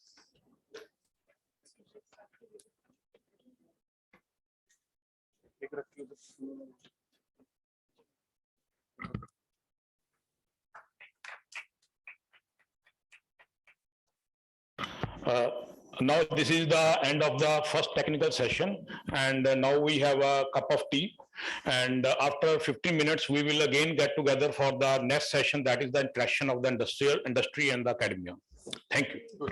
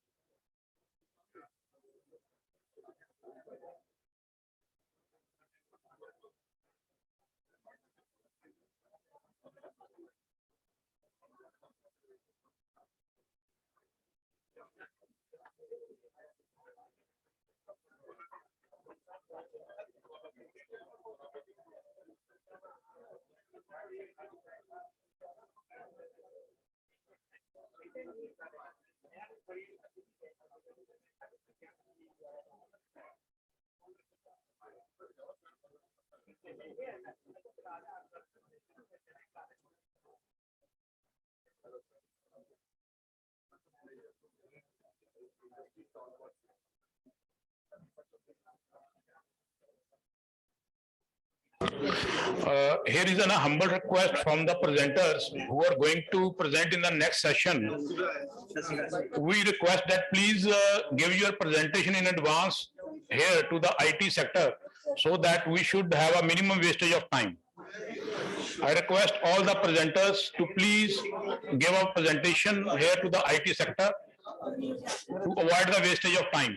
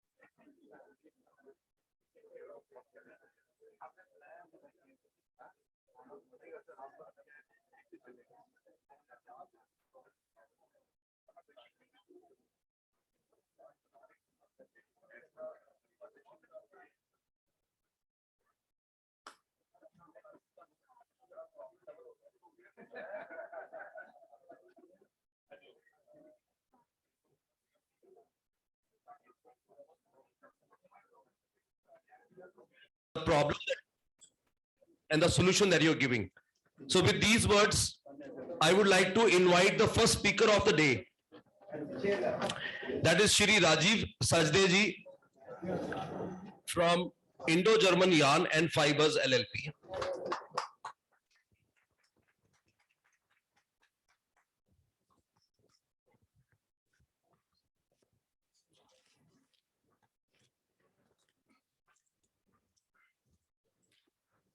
I would like to first thank the Punjab State Council, Nanak University and the Punjab University for the initiative that they have taken. Excellent. Thank you very much for this. And thank you for bringing it first to Amritsar. Of course, everybody has explained to you technical textiles. I call them engineered products for a defined functionality. That is what it is. And when I use the word engineered, it means the academia gets involved immediately. We are talking about engineering and textiles together. They are not separate anymore.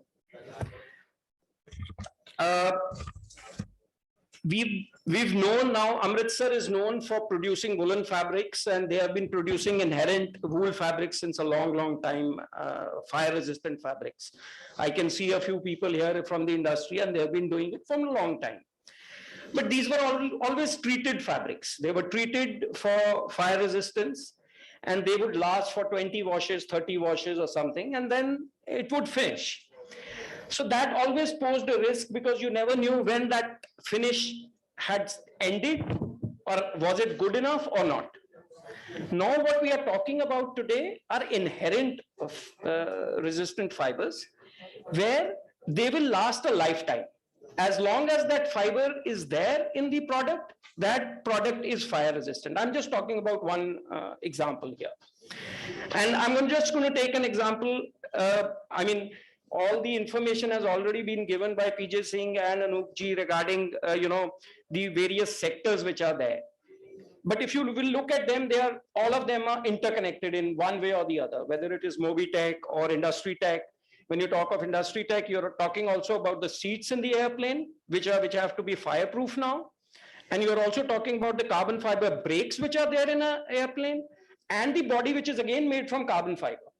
So it is all integrated, all in one. There is nothing separate anymore. Asia Pacific, as they've said, is the rising market for technical textiles. We are far behind consumption patterns in Europe and US. India is the place where you're going to see the highest growth rate in technical textiles, something like 8 to 10%, which everybody has already told you. Now, talking about the how this industry works, the technical textile industry. Now, the raw materials are produced by the big MNCs worldwide. There is no question about it. They are the big guys who are producing a DuPont or a Tejan somewhere or somebody else. They are the big guys, Japan, US, Europe. They are the guys who are producing the raw materials. For us to produce them is going to take us maybe next 10 years to come up with alternate products to that. That's not going to happen overnight.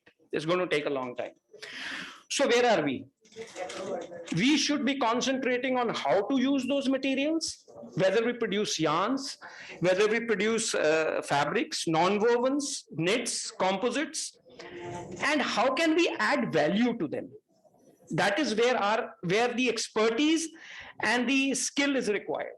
How can we do that here?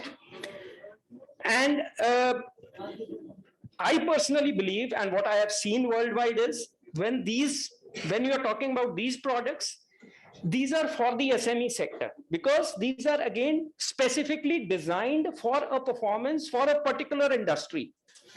At times they are one-to-one. You are a single producer producing for a single consumer. That is the kind of industry this is. So these are not large-scale products. You're not going to produce a very specific thing for the whole industry. If Boeing is buying a brake today, it has one supplier who is producing it for them. He is not going to be producing for all the aircrafts. It is not a common brake. Similarly, all these products are like this. A lot of products are like this. So SME doesn't need to be overawed by this. This is going to be a huge investment industry and I can't enter it. It is like 100 crore industry or something like this. This is not the case. Trust me. This is not the case. You can enter it. Yes. You will have to be focused, find out where your interest or where your niche product lies, what you do, and then go after it. Then get the expertise from wherever you can. That at the moment, I'm afraid is going to come from either Europe or America or Korea or Japan. It's not going to come from India immediately, if you are immediately wanting to enter this industry. And it is always a good idea to start doing something small with those people, because that will get you into the field. I'm telling you how to enter this field if you want to enter this field. Then you start doing something small with them, you get knowledge about the product. Once you get a knowledge about the product, then you can put in your own innovations into it and then produce what is required for India. This is my personal belief. I say don't produce just in India, produce for India. Because we don't need to ape the West. They would love us to do that because it sells their machines, it sells their fibers, it sells everything that they produce. But we started with a Maruti with no airbags, and we can do the same with technical textiles. We can start the small walk, and then I'm sure we can go to the higher products as we go ahead. Standards are being set by the Indian government, which is very good. But in this, the academia has to play a big role. Because in setting the standards, we have to make sure as an industry, I'm saying, that we don't set them too high. PJG, this is something which has to be taken up with the government and everybody. जिस तरह pollution the norms ਅਸੀਂ Europe ਦੇ standard ਦੇ set ਕਰ ਦਿੱਤੇ ਅਸੀਂ ਨਾ ਤੇ ਮੁੜ ਕੇ ਅਸੀਂ ਉਹਨਾਂ ਨੂੰ follow नहीं कर सकते. Same is the case here. If we copy the West and ਉਹਨਾਂ ਦੇ ਅਸੀਂ standards ਇੱਥੇ introduce ਕਰ ਦਾਂਗੇ as it is copy ਮਾਰ ਦਾਂਗੇ, ਉਹਦੇ ਨਾਲ ਹੋਣਾ ਹੈ ਕਿ ਸਾਡੀ ਇੰਡਸਟਰੀ ਫਿਰ ਉਹ ਥੱਲੇ ਵਾਲੀ ਇੰਡਸਟਰੀ ਉੱਪਰ ਨਹੀਂ ਆ ਸਕੇਗੀ. ਫਿਰ ਉਹ ਯੂਰੋਪੀਅਨਸ ਤੇ ਅਮਰੀਕਨਸ ਹੀ ਆ ਕੇ ਇੱਥੇ ਬਣਾਉਣਗੇ, ਉਹਨਾਂ ਨਾਲ ਟਾਈ ਅਪ ਕਰਕੇ ਹੀ ਬਣਾਉਣਾ ਪਏਗਾ ਤੁਹਾਨੂੰ, ਤੁਸੀਂ ਨਹੀਂ ਬਣਾ ਸਕੋਗੇ ਇੱਥੇ. So the academia has to put in and say, look, these are the standards which we should start with and then scale them up. I'm not saying don't scale them up definitely, but go step by step. Let the industry mature. If the industry doesn't mature, then unfortunately we will be doing what the Chinese did. Copy the West, make the same product cheaper, and no innovations. And China will suffer. They are suffering already and they will suffer further because there is no innovation. They have only copied the West. They've copied their machines, they've copied their products. They made them cheaper. Cheaper is not a criteria which I would go for. And for my brothers who are sitting here in the industry, in the warp knitting industry, I am telling you, this is your industry. Germany is an example for all of you. They are the only industry, textile industry surviving in Europe because they shifted to technical textiles. Belgium is finished, UK is finished, Italy is finished, you name it, they are all gone. They don't exist anymore on the textile map. Germany exists and warp knitting is what they do. And that is what you people do here. So please take this as a challenge and shift to technical textiles. It's not difficult. You have the machines, you have the capabilities. Yes, it is going to take some, money involved to do the R&D and get off the seat and go to meet people and see what they want, what they are importing. But it can be done. There is no problem in that.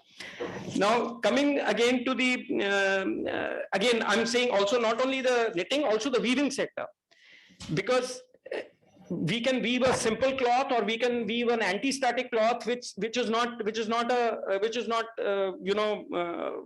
rocket science. You can weave it on the same Sulzer machines or whatever Dornier machines you have. You don't need to do anything specific, but you need to check what you can do and what you cannot do and start small. And I'm sure we will take this forward on the industry. It's very, very simple. It's not difficult. I personally believe this. But let's not try to do what everybody says, fibers and big things. We can't do them. It's not our game. It's not our game. Let's stick to what we can do. And the other thing is the made-ups from these technical textiles are going to be produced in India. Take my word for it. Because when you produce the fabric here, when you start producing the fabrics here, you will produce the made-ups here. But again, the made-ups for them require technical expertise. Technical machines may be modernized for that, but you need technical yarns to sew them. Because you can't sew a technical fabric with a cotton yarn. You need a specialized yarn to sew them. They are going to be either fire resistant or cut resistant or wherever. As he said, in the medical line, for example, a whole range is made by Germany, which is used in the medical line today. These are not difficult to produce, impossible to produce in India. You have to start small. Don't try to, go big on this. That would be a mistake sometimes when you don't know the sector. Now coming to the academia, I would like that there is research in this because this SME is going from the universities and the science and technology missions. I differentiate between testing and certification. There are two aspects to when you produce a product. When I produce a product, I need regular testing. Certification के लिए मैं SGS के पास जा सकता हूँ या बड़ी institute के पास जा सकता हूँ कि मुझे सर्टिफिकेट दे दो इसका. पर जब मैं उसको प्रोड्यूस कर रहा हूं, जब मैं वो स्टेप्स ले रहा हूं, मेरे को उसकी टेस्टिंग चाहिए. टेस्टिंग के लिए मैं हर बार SGS या उसके पास जाऊं, it is practically impossible, the amount of money that they charge. Now IIT Ropar, Guru Nanak Dev University, Punjab University, you have laboratories, upgrade them. The government is offering us the money to upgrade them. Open them up for the industry. कि आप आइए आप testing कराइए यहाँ पे जितनी testing करानी है कराइए. This is what happens in the western part of the world. It's all the universities which are involved in this, because this only not only gives it will give you some revenue. Take that revenue as a a butter on the bread or whatever. But it is also going to expose the children to those who are studying there to a lot of these products. It is going to get their interest going. Sir, it is the nearest place where we can get a textile fabric tested in Delhi. That's right. Nothing before Actually, Delhi. IIT Ropar is already planning to set up such a lab. I think you can, Dr. Adharv and Dr. Sarang can elaborate on it. They are already in the process of that. Yeah, I think I've been in touch with them since we had the industry meet there. And it's something that I've been championing with them. That So Rajiv ji, can we take questions now? Sure. Anyone? We are from NIT Jalandhar. We are having the full-fledged technical textile course. Also, we are introducing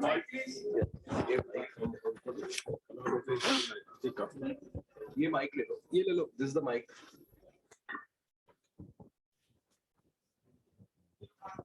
Okay, I am from NIT Jalandhar. We are having the technical textile course for very long time. Okay, we are also running the textile technology course for BTech, MTech, and also for PhDs also. Okay, we are doing the work for quite long time. From my personal side, I am working on the technical textile for more than 20 years, and my colleague also. And we are also setting up the lab. I mean, if we get the grant for NTTM, we have already going for application of that. And if it is fulfilled, obviously we can help a lot. Thank you. Yes. Because the point here is that one point I have to mention that we must have some basic knowledge about the textile also. Sometimes there may be a problem that some base knowledge of textile is also required whenever you are developing something. Okay, because technical textile is obviously the addition of the basic textiles. Sir, I am also from NIT Jalandhar. One of the industry members just said that the nearest place where we can get the fabric tested is Delhi. So many of us are actually not aware that NIT Jalandhar is an institution which is established in 1989 and is running a BTech MTech program since then in textile technology. And we have these facilities that we can get your yarns or fabrics tested. So do you offer that to the industry? Yeah, that is So let's available. a round of applause for You can go to this conclave. Yeah, We that's got news one to solution. us. Yeah. That is news to us. Yeah, that's what I'm saying. So you have to promote your, do marketing for your research lab. Yes, Dr. Brinder, yes. Sir, myself, Dr. Varinder, I am heading this department right now, GNDU. Sir, I want to add one thing because our department is also having a TISC. Sir, okay. So we are running TISC center in our GNDU campus. That is a Textile Industrial Services Center, and we are providing this services since 1996. And sir, right now we are again updating this laboratory as per the norms of the new textile, you can say that a infrastructure or a machinery within a 2 or 3 months. So this services again will be started very soon within a 2 or 3 months. Sir. So Thank you, and which only proves that we should have more industry academia interactions. Sir, we are also having a senior technical officer over here. She is a Dr. Sucharita Arora, and she is having a very broadened, like you can say that expertization of the testing material like fabric, yarn, no doubt, auxiliary and chemicals. And we are also providing some very small level of the consultancy like railway and also textile industry also. I would like to invite Dr. Sucharita Arora to add something in this center also. Yeah, we did consultancies with the Vardhaman Industries. So just in a new feature, just last week only I rejoined this department. So within 2-3 months, we'll be just updating the things. and we'll just come up with you. Great. Thank you. You are welcome That's to. a very heartening news. Sir, she was the part of the textile department, and this is a re-entry, you can So say Dr. that. Rhoda, I would like to add something Yeah. to what you're already doing. See, what we want is that you create a library of technical textile samples, Okay, sir. which means that all the samples are available with their key properties and with their materials from which they are made, and all the knits and whatever goes into defining the specs of that this thing. Okay. So what we want is, once you have the technical textile in your hand with all the knowledge, so all the industry members can come and understand that how they can be made, how they can be then used. So, and their use cases where they are used in the industry. Okay. So if we have a library of this kind, with maybe a wall of this kind, that'll be very helpful for whoever is visiting your center. I think Okay, that's sir. an excellent idea to Take it create up. a library for the technical textile Yes. fabrics. I think that's We a need to wonderful see and we need to feel and we need to understand their specs so as to, move ahead on manufacturing them. Definitely, sir. excellent. So I think somebody to note it down, yes. Okay, sir. Thank you. Yes. And JD also has this kind of facility. Even 2 pages right now for what kind of facility they actually have and can be circulated. So that everybody can be what is they are offering and what are they charging. Great. So Dr. Rhoda, Dr. Bakshi ne kya haga कि you create a 2-page write-up on whatever facilities that you have. And similarly, we would expect from NIT Jalandhar also, right? So that we circulate and market for you. Right. Thank you. Yeah, please. It's very heartening to know that academia, we got already the academic experts here in textile engineering or textile technology. So can I request, NIT people, if they can prepare a list of the experts on this technical textiles which are available in India, right? So that list will definitely help us, or the not us means including industry as well as the academia. And their area of expertise. This is precisely what I'm saying. That's what I was asking the gentleman from Dr. Anoopji also. This is very, very critical for us teachers. If industry comes to us with a problem, I'm pretty sure a single scientist cannot do it, right? But then we know where to reach that expert. Do we have it in India? If India, we can always talk to him, right? So, personally in the area of filtration of last 20 years.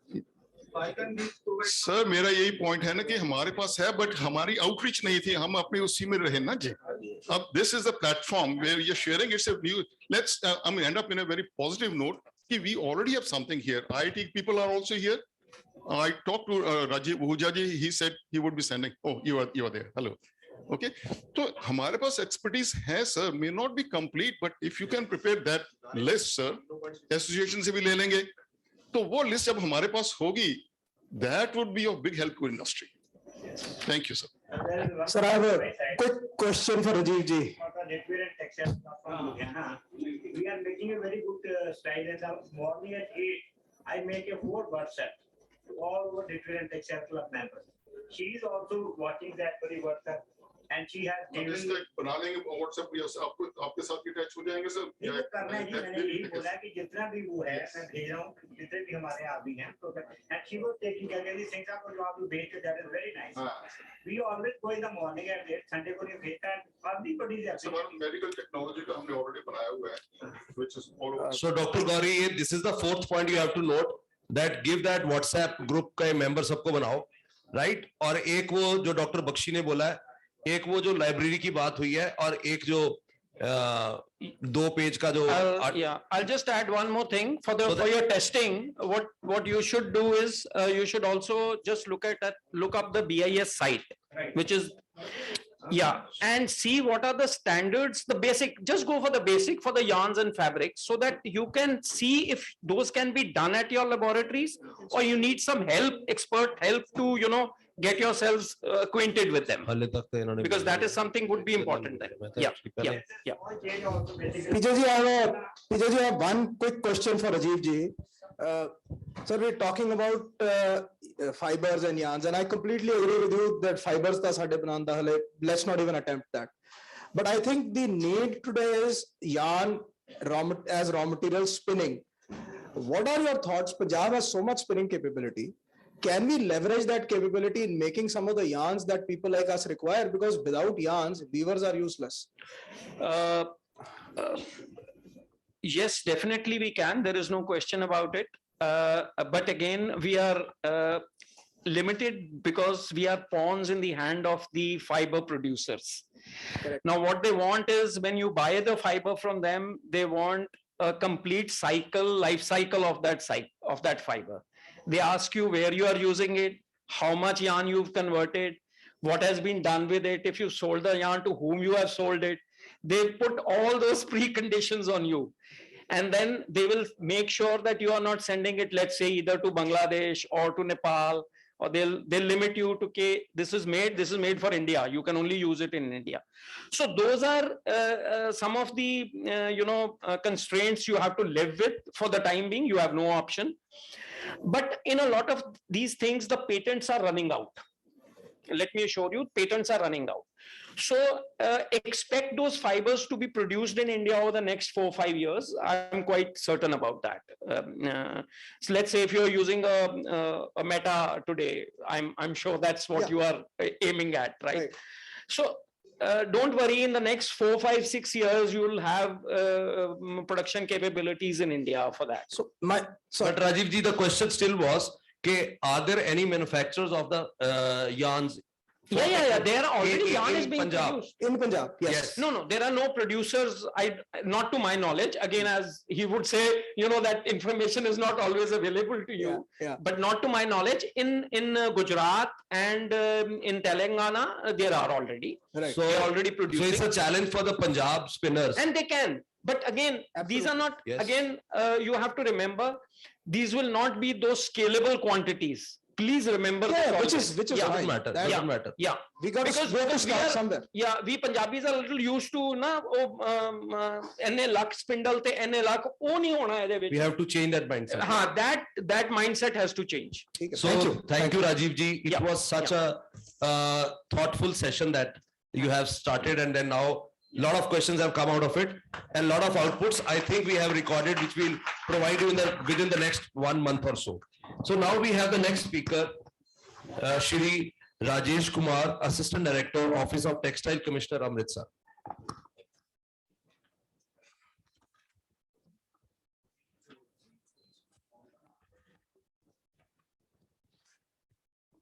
Good morning to all colleagues from industries as well as from academics. It's nice to see this much of people in a conclave like this, because I am working here for last more than 2 years. I am not able to mobilize this much of pupils in particular one meeting, technical meeting, or otherwise you can tell some seminars and other things. It shows that the interest of the pupil in technical textiles. That's what I would like to tell. Really, it is an very futuristic segment you can attempt as a fresher also. Now, Government of India has made a very big attempt to develop the technical textiles, in which one of the main scheme you can tell, that is National Technical Textile Mission. This is the scheme which has been given exclusively for the technical textiles. Under this scheme, because of this scheme only we are sitting here, because of this scheme, R&D projects, many R&D projects has been given for the academics as well as research associations also. Earlier to this scheme also some projects were developed by research associations by giving the center of excellences. You might have heard that more than 8 center of excellences are there for different products in the line of technical textiles. Actually, I would like to give the presentation restricted to this National Technical Textile Mission today. Actually, my session will not be exactly a technical session. However, it has been included in the technical sessions. Anyhow, it is not a purely technical sessions. What are the initiatives taken by the ministry in this particular national technical textile mission? I am going to explain. Actually, my earlier speakers also covered. Dr. Punitji also covered something, and other speakers also covered what all are the initiatives taken by the government of India. Anyhow, whatever the things I had prepared, I am sharing with you. Other than that, if you are having any requirement regarding technical textiles, especially who all are the manufacturers, where is the manufacturer, where to approach, those things you can contact Textile Commissioner Office, local Amritsar regional office of the Textile Commissioner is there. You can contact us. We are ready to support for these particular services. Now, generally, this technical textile, in this sense, we are telling about the futuristic and niche segment of the technical textiles of various applications. From you can see that one end of product like agriculture, roads, railway tracks, sportswear, and percentage more money. Acha. Acha, theek. Various applications ranging from one end agricultural products, some roads products, some railway tracks products, something related to sports tracks and health areas. Other than that, on the another end of the spectrum, you can see bulletproof jacket, fireproof jacket, high altitude combat gearbox, and gear and space applications also. That's why whenever you are going to think about the technical textile is a vast area. You have to select particular area where you want to get a specialize or where you want to make a product also. And technical textiles are the materials and products manufactured primarily for technical performance and functional properties rather than aesthetic characteristic. Then technical textiles, already it has been explained by Sir also and other two speakers also. There are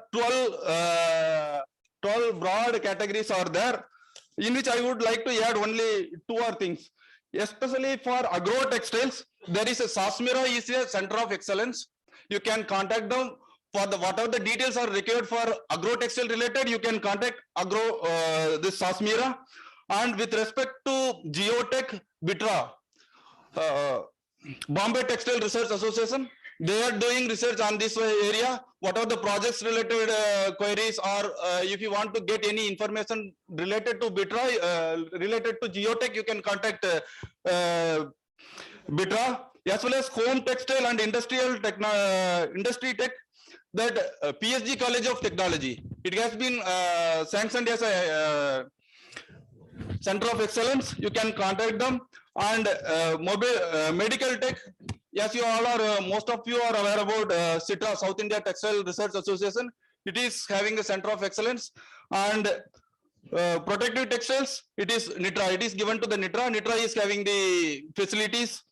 And protects sports tech, Wool Research Association is having. Wool Research. Yes, WRA is having, and Oiko Textile is related to environmental related thing that already explained by earlier presentations also.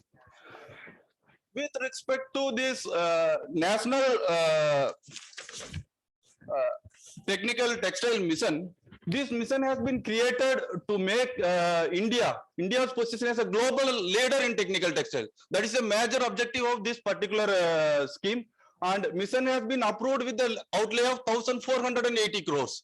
Total 1,480 crores has been allotted, and implementation period for the 4 years from 2021 to 23-24. India sells nearly 6% of the world market of $250 billion US. India's annual growth of the segment is 12%, yes, compared with 4% of the world average growth. This shows that India is already ahead if you are comparing with the world's average. Still, we are having the opportunity. Then India's penetration level with respect to technical textile is low at 5 to 10%. against the advanced countries. Advanced countries in the sense US, Germany, those countries, they are having the higher penetration level compared to India. With one of the aim of this mission is to improve this penetration level up to 15%, 20%. That is our aim. This particular scheme. This particular scheme having 4 components. 4 components. One of the component is research, innovation and development. Another component is promotion and market development. Third component is export promotion. And 4th component is education, training, skill and development. Majorly, this particular scheme concentrates more about this research and innovation development, because around 1,000 crores has been allotted for this particular component. Here, especially this particular fund has been given for the research and development of the better performance of the carbon fiber, aramid fiber, nylon fiber and composites, which can be used for the technical textiles.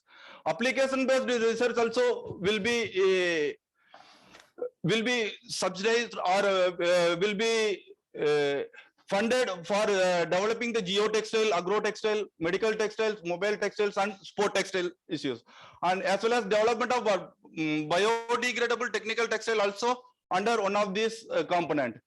The fundamental research activities with respect to this new fiber development and new areas of applications will be used on the pooled resource method. In this method, one particular institute or lab where they can create the resources. From there, everyone can use that resources for the development or R&D purposes.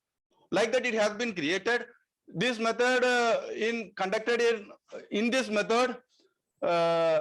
These activities are conducted in CSIR lab, IITs, as well as some other academic laboratories also.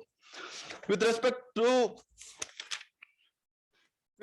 application-based research, it is conducted in CSIR labs, IIT labs, research design and standard organization, RDSO, as well as ICAR, Defense Research Development Organization, DRDO, as well as National Aeronautical Laboratory, NAL, Indian Road Organization. These all are the organization where there is a possibility for using the technical textiles. That is the main object of the scheme, to promote the technical textiles. That's why it has been given for the required area laboratories. The research and development activities shall be undertaken for development of P50 or equivalent higher grade carbon fibers, development of aramid and protective fiber and its products, development of nylon fiber and its products, composites, as previous speaker also discussed about these composites, and geotextile, agro-textile, medical textile, mobile textile and sport textiles. Further, along with this, development of indigenous textile machinery or any other technological scientific research also you can do along with in this fund. Component 2. Component 2 is for promotion and market development. Yes, already discussed. We had discussed this thing already. Indian technical textile segment estimated around $16 billion, which is approximately only 6% of the global technical textile market. Now only we are contributing for the 6% of the world requirement, global requirement. It shows that how much opportunities are there for the entrepreneurs. And fund outlay for this particular promotion and market development is around 50 crores has been allotted. The penetration level, as we had already discussed, only 5 to 10% we are having, and we can advanced developed countries, they are having 30 to 70%. We also, if we are going in the same pace, we can also achieve the same 30 to 70% this penetration. The mission also aimed the growth rate of 15 to 20%.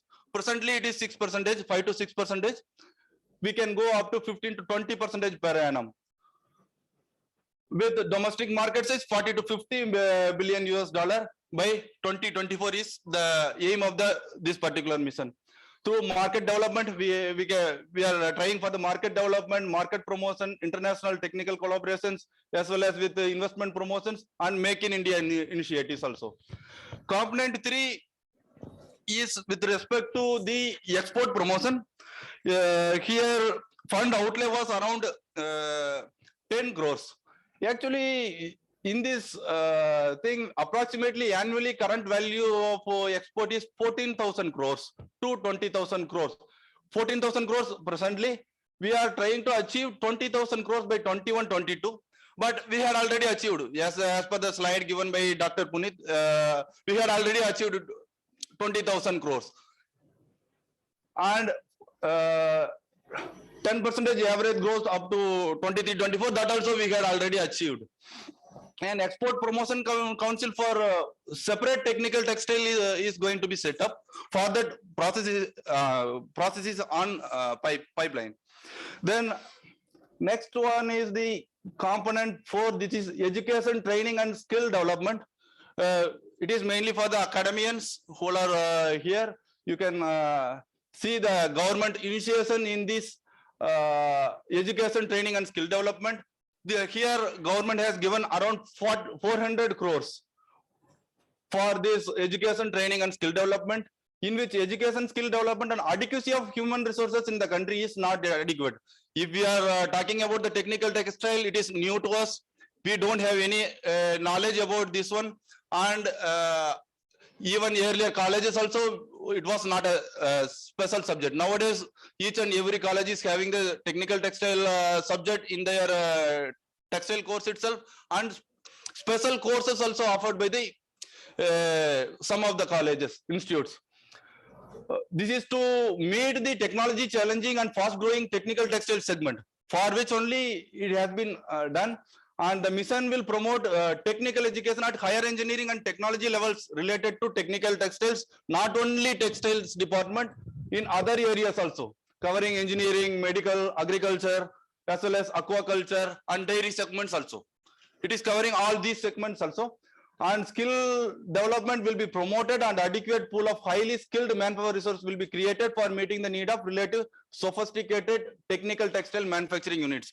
If you are going to start the technical textile industry, then you need a technical person who is having the knowledge. But still government has initiated to develop the technical skills. You can get the technical persons also in future. Now scarcity is there because of the niche segment, new segment is there. Some scarcity is there, but even academicians also started their courses in technical textiles. You will be getting. Rajesh, a request to be short here. Okay. So we already have finished your time. Okay. 2-3 main things I would like to tell. This mission will focus in the flagship missions programs also. If you are seeing this G1 missions, Swachh Bharat mission, Ayushman Bharat, all these areas to reduce the cost of economy, water, soil conservation, better agricultural productivity, and higher income to the farmers per acre. These areas government is encouraging for the technical textile investment, and geotextile areas also for highways and railways, ports. Its higher life cycle of the infrastructure cost will involved here. And along with this R&D projects and other thing, other center of excellences, in each center of excellences, there was an incubation center is there. That's only I would like to add here. These incubation centers can be used by any of the entrepreneur. Initially going to, instead of going to invest and start their productions, you can go and make your product in the incubation centers. And if your product is successful and you can able to sell it, market it, then you can start your own production. Okay. Then already 150 research proposals for around 800 crores has been already received by the ministry for technical textile.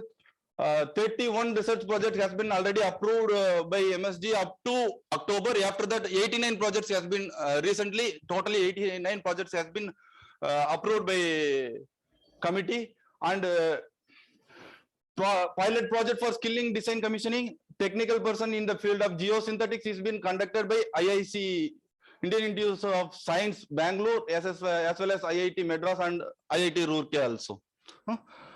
I would like to conclude this session because of the timing. Yes. Thank you. I think Dr. Rajesh, it was very helpful. And since your office being the nodal office for this mission, so we would like to have your telephone number and your email ID so that everybody can contact you. Okay. Because you have a great data and knowledge on the subject. Okay. And how we can take the help of the mission. My contact number is 94613.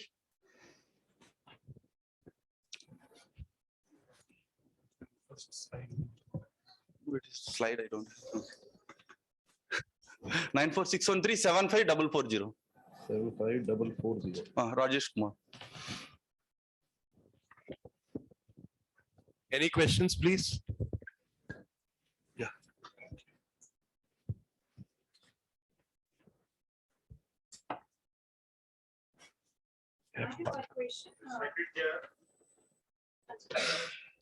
ये बंद करा देना जरा. Hello. बंद करो. Yes. बंद करा देना. Respected CIA. One thing Mr. Rajesh told that for Agrotech Sasmira is there. I attended their technical exhibition at Goregaon, something in Andheri, near Andheri. So I went to Sasmira from there. Okay. I asked them, Amritsar has a lot of operating machines, but all these industries sick and dead now, most of them. Only 1 or 2% are operating now. So I asked, can you help us on the Agrotech? Because there is a lot of scope in Himachal Pradesh, Uttarakhand, because they are nearer to the Punjab. And Amritsar was the hub of the operating industry, but now it has shifted to Surat. So can we diversify our product to that? So they asked me first to deposit 75,000 rupees, then we will offer you the help. So I again went to their Sasmira after 1 year with the approach. So they were lenient to listen me. Then they said, okay, this type of nets you can produce, but I asked them from where I will get the yarn, how will we make it? We can do that. We have the potential. Punjabis have the potential that is not to be buried. So I asked them what is the cost sheet and what will be the profitability.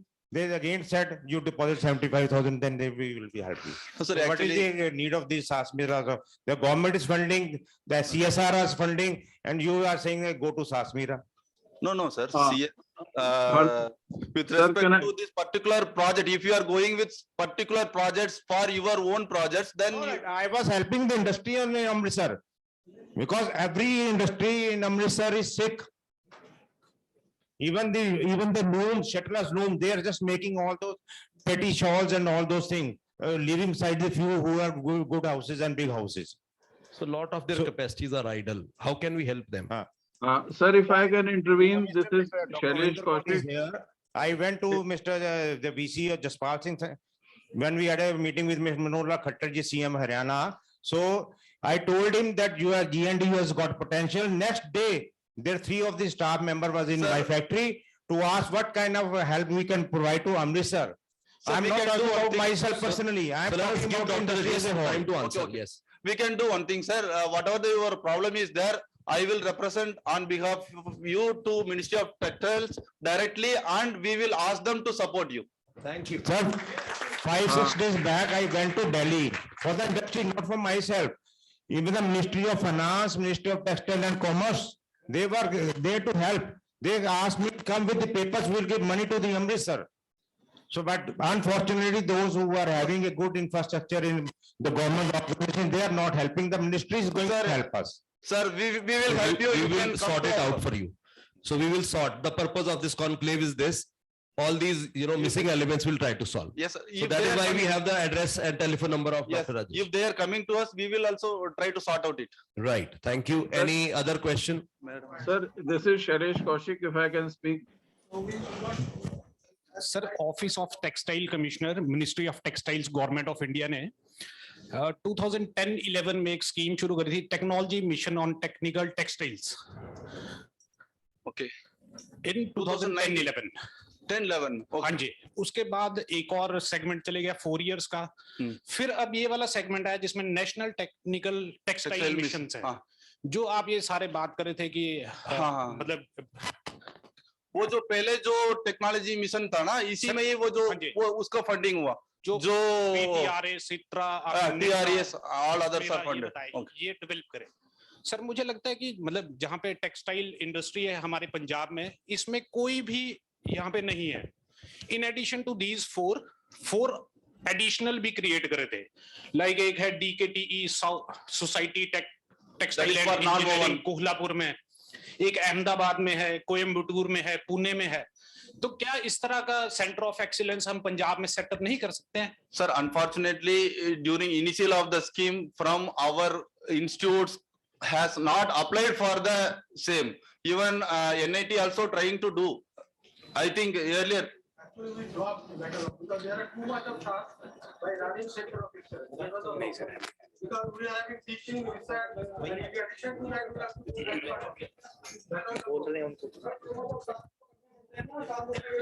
वो तो है, but that is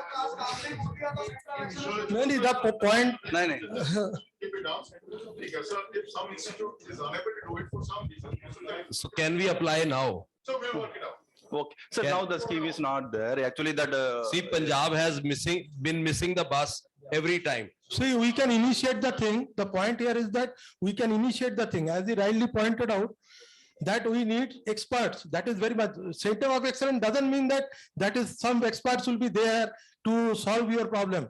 Okay, they can assess the material property, they can do some work. Okay, I'm not saying that they're not be able to do the work. Some work you can expect, but you cannot expect that all problem can be solved if you are approaching to the agriculture. Sasmira is there, some R&D some also, party. you can't tell that 100% Okay, success will be there. No, that is there.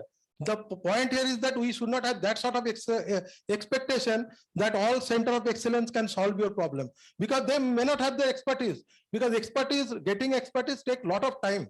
Okay, it is not that day and night they are getting fund and then all Center become of experts. excellence means you will be having the facilities there. Facilities, okay, testing. You will be having the testing Yes, facility. testing and evaluation is possible, but we cannot have expectation that they will solve all sort of your problem. That is the Very right. Sir, can I हम speak? ये third phase में चल रहे हैं इसके technical textile के। अभी पंजाब में जो मैं सिनेरियो देख रहा हूँ, हम वेरी फर्स्ट स्टेज पे हैं। जो थर्ड स्टेज है वहां पे इंडिजिनियस मशीन्स डेवलपमेंट की बात हो रही है टेक्निकल टेक्सटाइल से रिलेटेड। हम अभी भी टेक्निकल टेक्सटाइल पे ही फोकस कर रहे हैं। So do we have some machines जिसमें हम टेक्निकल टेक्सटाइल को ज्यादा एलोबरेट कर सके, या जो हमारे इंडस्ट्रियलिस्ट हैं कि हमने कुछ इंडिजिनियस मशीन्स डेवलप कराए हैं? Indigenous machines also developed under this center of excellence. They were testing machines also developed on manufacturing machine, product manufacturing machines also developed in center of excellence. The fund was given in the R&D projects name. It will not be. कौन सी state पे ऐसी machinery ज्यादा मिल रही है? आपके जो सिट्रा में, मैंने सिट्रा में 5 साल काम किया था. I have been associated with Sitra. I was working as a junior scientific officer in Sitra for 5 years. There, some of the machines for testing blood penetration level. You might have heard now during this COVID-19 pandemic, all your tests were done in Sitra only, because those machines were developed indigenously. There they had tested the machines and Rajesh ji, yes, मैं थोड़ा सा add करना चाहूंगा इसमें. As far as testing instruments are there, many of the testing instruments are being developed by the educational institutions also. NIT Jalandhar has also developed some testing instruments. As far as the machinery for technical textile is concerned, I recently had a talk with the LMW company regarding the development of the non-woven technical textile machinery. Because at present we are getting these machines imported from outside. And I, under this entity and mission for the development of the machinery, I had a discussion that let us submit a proposal to develop that machine. I will provide the expertise and you have the facilities, and we will make a machine indigenously developed in the country. But their answer was that we are not ready to go into this particular direction because there are not many takers, purchasers of these particular machines. We are interested only in the spinning and weaving machinery because a lot of industry is there and many machines are sold. But how much is the market for that particular product? They are not sure about that. So it's such a big company, LMW is not a small company, it's the biggest textile machinery manufacturer company. They are also not ready to take part into this NTTM for the development of the machinery because of the lack of the market only. Development of testing machines. Not manufacturing machines. Manufacturing And even machines. manufacturing machines also. I would like to add one more thing along with this one. During this pandemic period, seam sealing machine is the bottleneck for the production of kits, PPE kits. This particular PPE kits seam sealing machine, indigenously they had developed around 48 machines for their own productions. In Coimbatore itself, they had developed, they had used. After that, there is no use. Now, no use for the PPE machines, sealing machines. What they will do, if there is a need, definitely there will be a, if there is a market, definitely manufacturers will come forward to make the machines. That also Anyway, we have to we will continue discussion on this. Thank you, Dr. Rajesh. yes, You have yes. a question? Yes, please. Sir, can I speak? I This have is one question, Shailesh here. Dr. Rajesh, please. Hello. Dr. Yeah, please carry on, ma'am. Carry on, please. Dr. Rajesh, do we have any incubation center in Punjab? No, sir, we don't have any incubation centers. Yes, Nearest yeah. one? IIT is having. You are having? Wow, thank you. Thank you. Yeah. Sir, regarding what? Technical textile. Not technical textile, it is general for every industry. No, incubation centers with respect to technical textiles there are. Not technical textile, तो कहीं भी नहीं है. नहीं sir, है सिट्रो में है, ये इसमें इचलकरंजी में है, incubation centers है. Yes, sir. You can do it. You can indigenously, you can develop and you can commercialize your product. You can sell it. If it is success, then you can invest for the, you can go for the machines.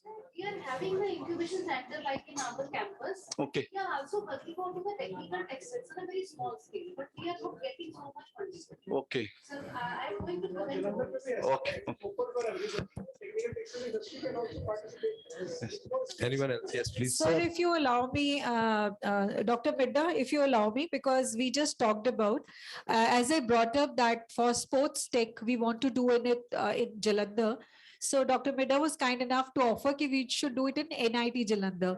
So if some of the partners are interested, what we can do is when we organize this event, then we can also tour their facility also, that what kind of facility they have. Any industry who's interested can join that event and they can themselves see what kind of facility is there, and that will be helpful. I think this is very helpful because what we actually want is that industry should come up with a specific problem and the academia should offer the solution to that. And this is how we understand very specifically today, rather than talking of the general things, right? So let's be very specific.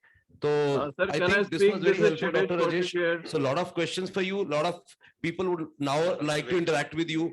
अच्छा आपका है अभी? Sir सबसे पहले तो sir मैं सारे honourable organisers का दिल से धन्यवाद करना चाहता हूँ. आज का जो ये टेक्निकल टेक्सटाइल्स के ऊपर सेशन है, ये बहुत फ्रूटफुल है, बड़ा नॉलेजेबल है. इवन मैं अपने लिए बताना चाहता हूँ कि ऑलरेडी टेक्निकल टेक्सटाइल यार्न मैं प्रोड्यूस कर रहा हूँ, परंतु I was not aware of the same कि मैं वो टेक्निकल टेक्सटाइल प्रोड्यूस कर रहा हूँ.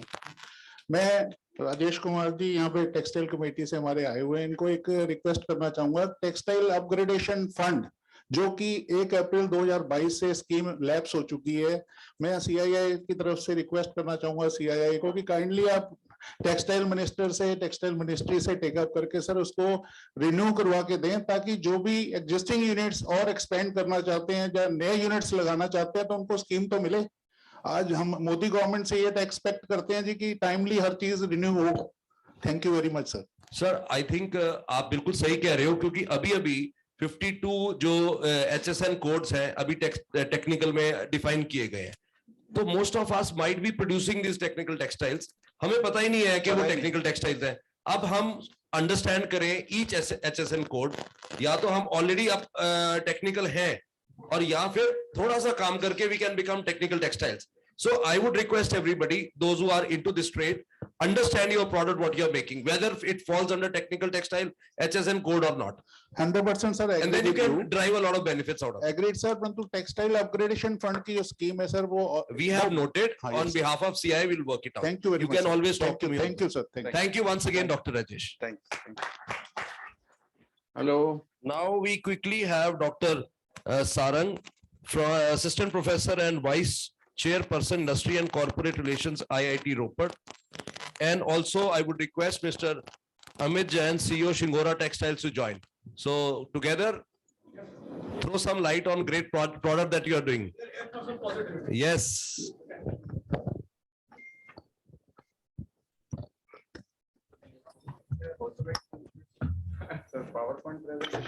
I'll do that, but I'll do the opening remarks. How much time do we have, sir?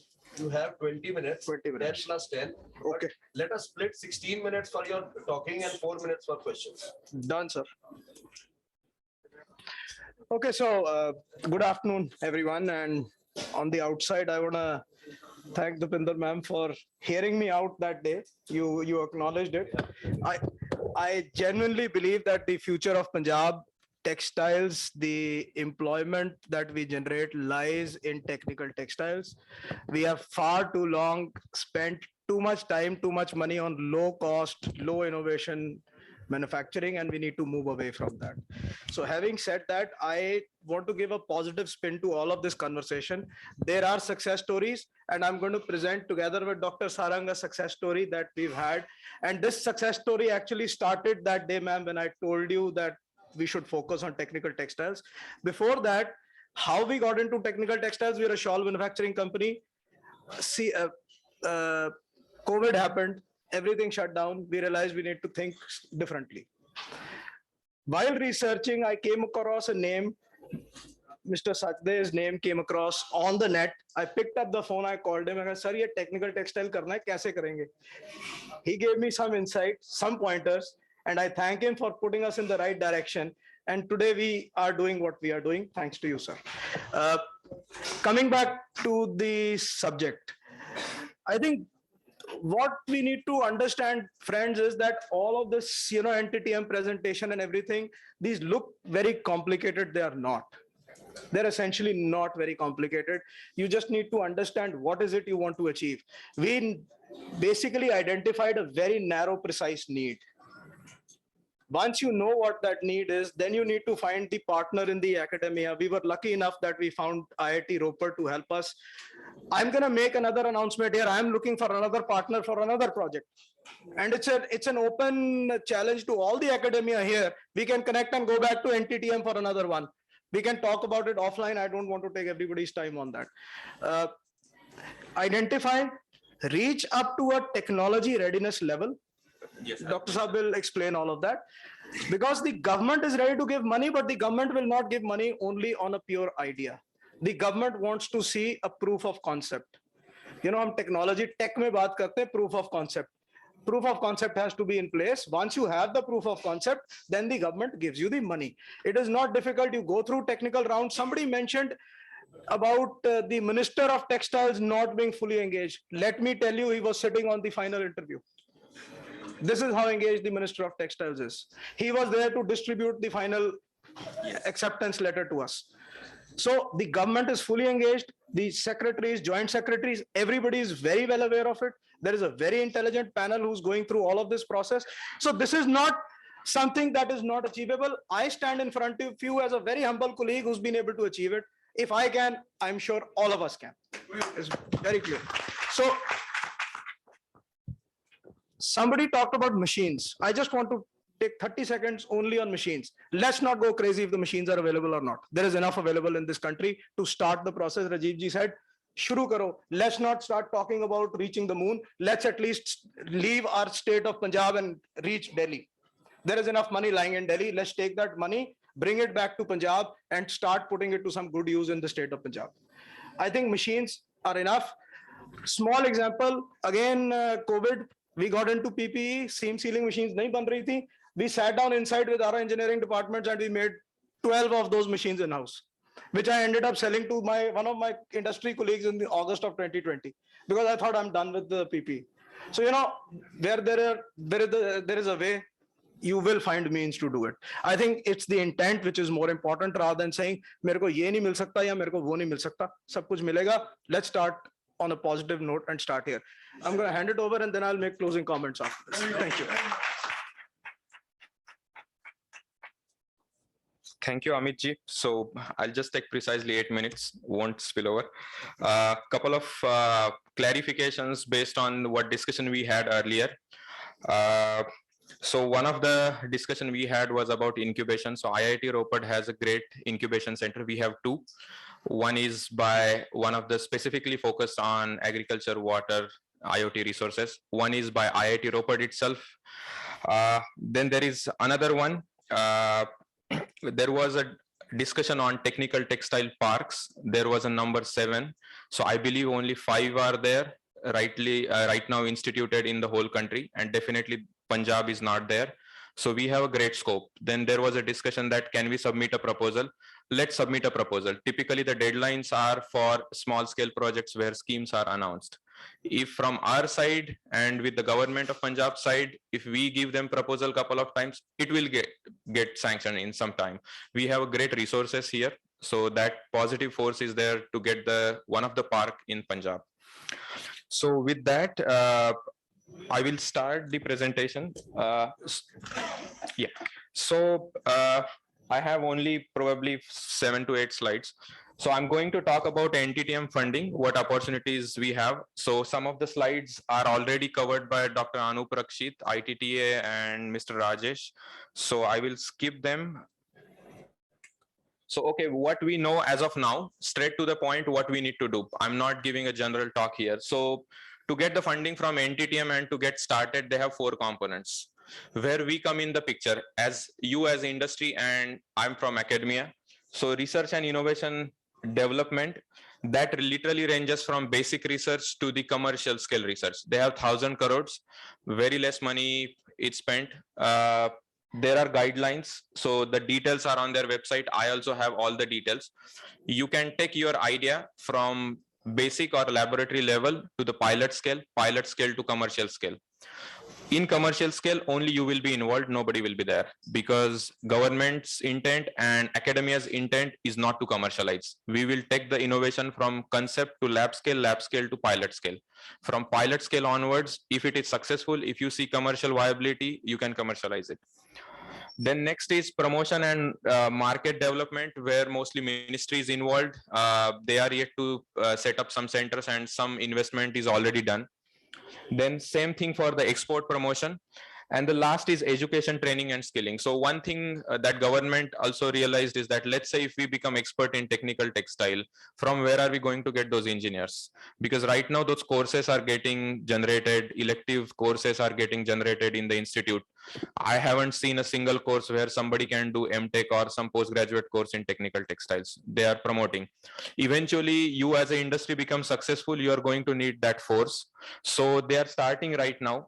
One of the other thing is that if you need skilled manpower in near future, there is that GIST scheme somebody mentioned, that was for the internship. The last date is I think 2nd March or 4th March. First industry needs to register. They will pay you for the supporting interns. You don't need to worry about. You will get skilled laborers. That means you can ask for NITs, you can ask for IITs, wherever you need help. At least kuch to start ho jayega. Okay.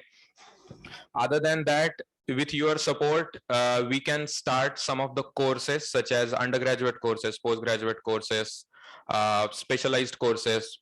We can organize such kind of workshop, but more technical side, where are we lacking, and to identify the technology gaps where you can come in and where we can help you. That's the overall scenario of NTTM. These 12 areas, they have, many people have mentioned. Now, the funny thing is that just now Amit ji mentioned this thing. A lot of us are actually working on technical textile. It's just that we don't realize. And probably some of the machines, some of the concepts, some of the raw material you are producing as a part of your industry, but now the same can be applied for the technical textile research. or technical textile products. So you have something, you are not starting at zero level. That's one thing.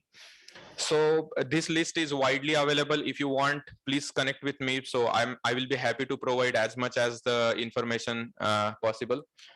Okay, so there was a discussion regarding machineries. So there is a list of machineries that they have actually announced. It's a long list that in case if you are wondering that you want to have such machineries at commercial level, so they can support up to the pilot scale. That means, for example, spinning. So if you want to do fiber spinning, the setup is very expensive. Unless you are sure that you will be getting a product of your desire or the quality, you won't invest. So what we can do is that academia comes into the picture. They can support us to buy the machineries at pilot scale or lab scale. We optimize all the parameters so that it gets completely translated at commercial level. And once you are sure, then you invest to buy a commercial level machineries, because if you don't have confidence, you won't buy this. So that is a great move, because industry will be hesitant to put in money right for the R&D. So this is a great thing that you come up with the academia, you develop some parameters, we optimize the product, and once you are confident, then you take it to the commercial level. If the product is not successful, technology is not successful, you haven't invested much. But the chances of getting success, based on my experience with Amitji, it's fair enough. Rather than being at zero level, we will be at some level. Okay, so we won't be complaining for the next time when the funding comes. So these are again another list of machineries. So we were only talking about spinning and some other. These are additional machineries. I'm not an expert of textile. My background is chemical engineering and precisely polymers. So I'm not from mechanical side, but they are funding. And since I represent IIT Roped here, we have a great mechanical engineering department. If you need help with the development of machineries or fine tuning, we can connect with them. Obviously, we will need help with fine tuning and some hand holding. Now coming back to the success story, okay, what we need to do and how we achieved it. So first, Shingora sponsored a small scale project. From their pocket, they invested 25 to 30 lakhs without knowing what will be the outcome. I call it as a feasibility project, just to check whether this will go ahead or not, and whether they should invest in the commercial scale or not. So that was a feasibility. They got a confidence, even we got confidence. Then we applied to NTTM to get a funding. So there is something technology readiness level, TRL. So the project was just a concept, because there was, for a particular project or technology, there was 100% import in India. We said, let's do something. That means we were at TRL 1. We tested, we went to the feasibility analysis, we reached at TRL 4. That means we completely validated it using their money in the lab. But we needed more resources to try and make a product at standardized level. Then the main thing is that, in case if you are not aware, so we got the funding 20 crore, which is the highest, one of the highest funding, and the first highest funding in Punjab state. Thank you. So till now they have funded only 3 large projects. One is IIT Bombay, one is IIT Delhi, and one is IIT Roped. In Punjab, only we are the one. If I'm not wrong, there is one small scale project was funded to Punjab Engineering College, PEC. So how come we got such a large scale funding? We established end-to-end value chain. That means that in case if they are ready to commercialize, who will provide them polymer or the chemicals? They are not into the chemicals. We found out a company who has large scale facility. Then we want the polymer to be in specific form. Who will do that? We found another company. Then who will do the textile processing? They are expert, they will do that. Who will commercialize? Let's say product is ready.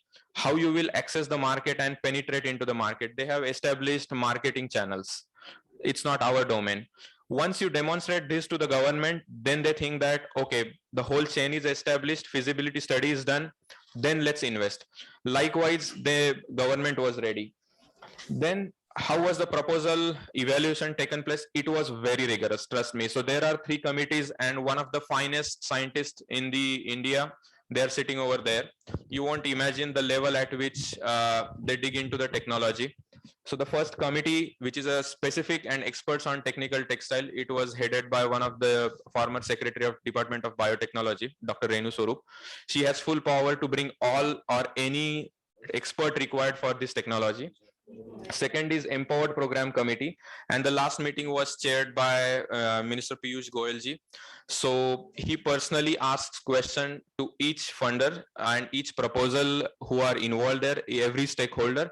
Once he's satisfied, he gives there. It's one-on-one interaction. Their committee is sitting there. You are in front of them. So that level, they dig into the technology and then they give the funding. And finally, we go for the project execution. Finally, where IIT Ropar can come into the picture, and that is going to be, I think, my last slide. So in case if you want to pursue any small scale studies, feasibility studies, whether you want to know whether you should invest in such technologies or not, we can do small scale projects. If you want to develop a new technology or a product with the help of NTTM funding, we can be the partner. Then with some hand holding, we can develop the machinery specific to technical textile. Textile is not our expertise, but machineries being machineries, we have a great mechanical engineering department. We can club our expertise. Some of the technologies, if you want to take from lab scale to pilot scale, we can help. And then eventually, if you are interested, you can commercialize. We are establishing a center of excellence on technical textile, which will serve for the technical textiles only. Then we have a great incubation, technical and funding support with our own seed support to the incubatees in our incubation center. And that applies to technical textile startups also. And then the short courses also. So with this, I would like to conclude, and I would like to take questions. Before that, I think Amit ji can give conclusion. I think everything has been said. I don't need to say anything. So what is the product that you made together? So it's a thermoregulating textile for high altitude regimes. So we are developing a product that can handle the +50, +55 degrees Celsius temperature and -20 degrees Celsius without using any electricity. Great. It's towards smart textiles. Right. So one point I just want to make is that 25 lakhs that I spent initially, ਆਪਾਂ ਸਾਰੇ ਹਰ ਸਾਲ ਗੱਡੀਆਂ ਖਰੀਦਦੇ हैं, एक साल ना खरीदियो. Very good. You have an opportunity to get 20 crores funded by the government of India. So my colleague, Dr. Atharva, who heads the our incubation center, if you want to make any remarks.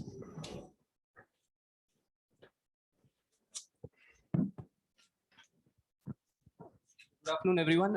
I'm Atharv Pondrik. I'm the chairperson of the Industry and Corporate Relations Cell. I also head the incubator, which Sarang mentioned. So, first of all, I would like to congratulate Shingora. I think a few points come out of this, which I would like to highlight, because every discussion that we have between industry and academia is we should interact. Interaction happens, but there has to be commitment on both sides.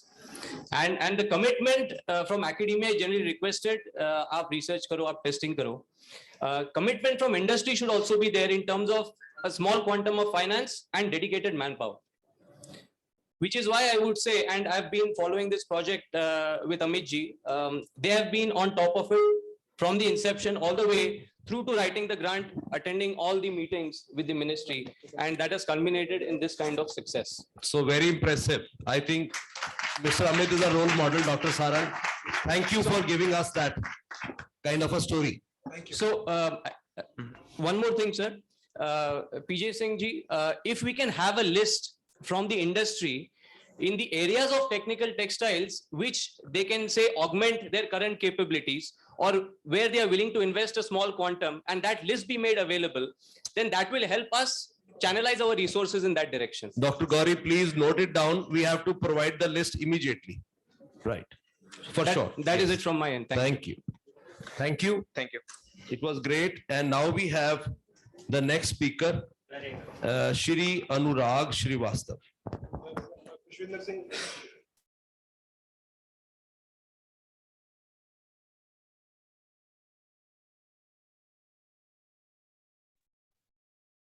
Yeah, good afternoon, everybody. Am I audible, sir?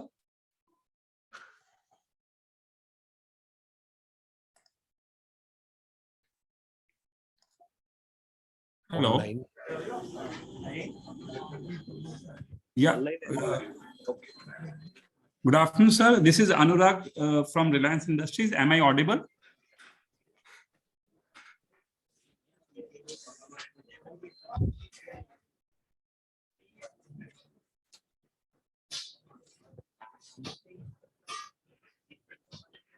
So Shri Anurag Srivastav is from Reliance Industries. And if Mr. Srivastav is already online, we would request you to be very specific and very concise to the problem and the solution part. Yeah. Good afternoon, everybody. Just wanted to check if I am visible and if my presentation is also visible. You are visible and you are audible. Okay. Thank you so much. So good afternoon, everybody. Dr. PJ Singh, Professor Manu Sharma, my co-panelists, industry leaders, and distinguished participants in the conclave. At the outset, let me first thank the organizers for giving us an opportunity to speak on our views on the raw materials that are required for technical textiles and how the industry can actually benefit from the different kind of fibers that are available and are also produced here in India. So what we will do is we'll give you in a slide, we will talk of the different kind of fibers which are used in technical textile, and then focus on polyester, which is the sector from which we are there. So if we look at the different kind of fibers that are available in technical textiles, the National Fiber Policy actually identifies some 16 or 17 fibers which are available and are categorized as specialty fibers. So if you look at the top line, the conventional fibers like nylon 6, glass fiber, polyester, PP, these are the conventional fibers and are used traditionally in various technical textile application.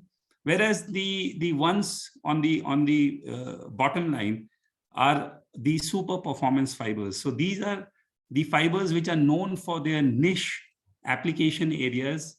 So something like carbon fiber or carbon fiber composites, they are extensively used for lightweighting and they have the capability to replace steel or aluminum.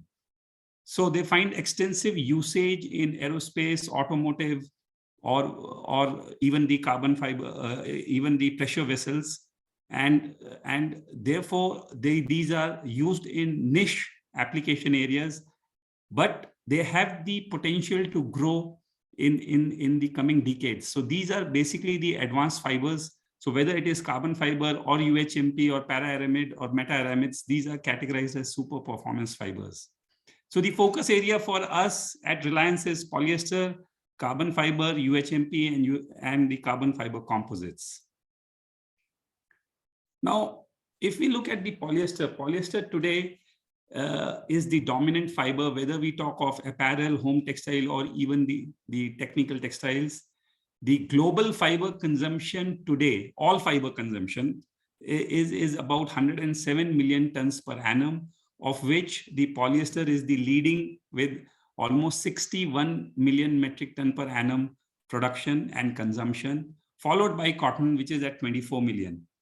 So why we say polyester will continue to be the dominant fiber in next decade also is because the cotton, because of the limitation in the land availability, the production of cotton has been stagnant or really, at the same level in last few years at between 23 to 25 million tons per annum, plus minus 1 or 1.5 million tons every year, plus or minus. And therefore, the need for the textiles, the fiber consumption is growing at around 3.5 to 4%. So the polyester is the only fiber which actually can take up this increased need of the fiber consumption. Now, why polyester? Polyester has certain attributes in terms of having good tensile strength, superior abrasion resistance, a very low creep value, good UV resistance. It's a highly engineerable product, and therefore it gives the most optimum price to performance balance for most of the applications. And that is the reason why if we look at the consumption of polyester high tenacity yarn in most of the application in last few years, it has replaced nylon. So this is precisely because of the optimum price to performance balance. And we'll show you some application areas where polyester is extensively used and has substituted nylon. Now, this is, I think people have already discussed on the various segments of the technical textiles. The only thing which I want to show here is that in most of these segments, polyester will find an extensive usage. So the ones which are marked in green are basically the traditional, the conventional polyester used for apparel and home textile with modified functionality. So if you introduce, if you change the cross section of the conventional polyester, it gives you the property of moisture management, and then it can be used in activewear. So the ones which are marked in green are basically the polyester with modified functionality, and then it goes into all these segments of the technical textile. The ones in the blue are basically the areas where the high tenacity polyester is used. So whether it is the industrial textile or the mobile textile, the high tenacity yarn today finds extensive usage in most of these areas. So except for PAC-TEC and Agrotech, where PP is basically the dominant fiber, the most of the segment, the polyester continues to be the dominant fiber. So so we will just focus on the high tenacity polyester and its usage in different applications, starting from geotextiles and geogrids to mooring ropes, tire cords, automotive safety belt, conveyor belt, lifting slings, cargo strapping. So most of the applications, you will see that the polyester finds extensive usage and has replaced the traditional fibers like nylon or even the cotton. So for example, when we talk of tire cord, 10 years back, nylon was extensively used in tire, but with the advent of the radialization, most of the passenger cars today, almost 100% are on the radial tires, which use polyester HMLS yarn on the warp side with the steel wires on the wefts. Similarly, if you look at the mooring ropes, where again, nylon has been replaced with polyester in combination with polypropylene. So the point I'm trying to make here is that the polyester, the basic polymer continues to remain the same. We do the changes in the process parameters to make the yarn suitable for each of these applications. So when a yarn which goes into geogrids or geotextile will have a very different property compared to the one which is used in the tire cord or let's say in a conveyor belt. So and that is where the technical textile is different from the conventional or the traditional textiles, because here each application area will have a very specific property which needs to be utilized and will not be of use in other applications. So for example, if I am working in tire cord, my most important property would be the dimensional stability and the adhesion to rubber, which is of actually no value in the geogrids, where the low elongation is of the most important parameters. So the areas that we need to work in technical textile, the downstream customers need to be very clear that what is that specific attribute or function that they need to serve, and the right kind of raw material and the right kind of yarn needs to be then chosen for. So just to give you the landscape of the polyester high tenacity yarn, the domestic market size today stands at around close to 85 to 90,000 tons. per annum. We are growing at almost 15 to 20%. The imports are still coming. Almost 4,000 tons of yarn is getting imported mainly from China and Vietnam. And very interestingly, if we look at China, China today has a capacity close to 3 million tons. So just look at where China is today and compare it to India. And if we look at China, almost in 2005, China was in a similar situation where India is today. Their market size was close to 100 KTA, and they have developed at a growth rate of 15% year on year. And in 15 years, they have come to be the dominant player in this world globally with almost 70% market share and a capacity of 3 million tons. So what we firmly believe is that India is poised to replicate the growth story primarily because of the government's focus on infrastructure, manufacturing, and construction. And all these applications, which I had shown you in the earlier slide, are related to infrastructure or manufacturing or construction. So in next decade, the focus on these areas will mean that there is a huge opportunity for the downstream partners and the customers to enter and make use of this next decade as a growth decade for technical textile. The other important factors which earlier speakers have also spoken of is that most of the global supply chains are looking at alternate to China for both yarn and downstream applications. And this is where we think there is an opportunity for the downstream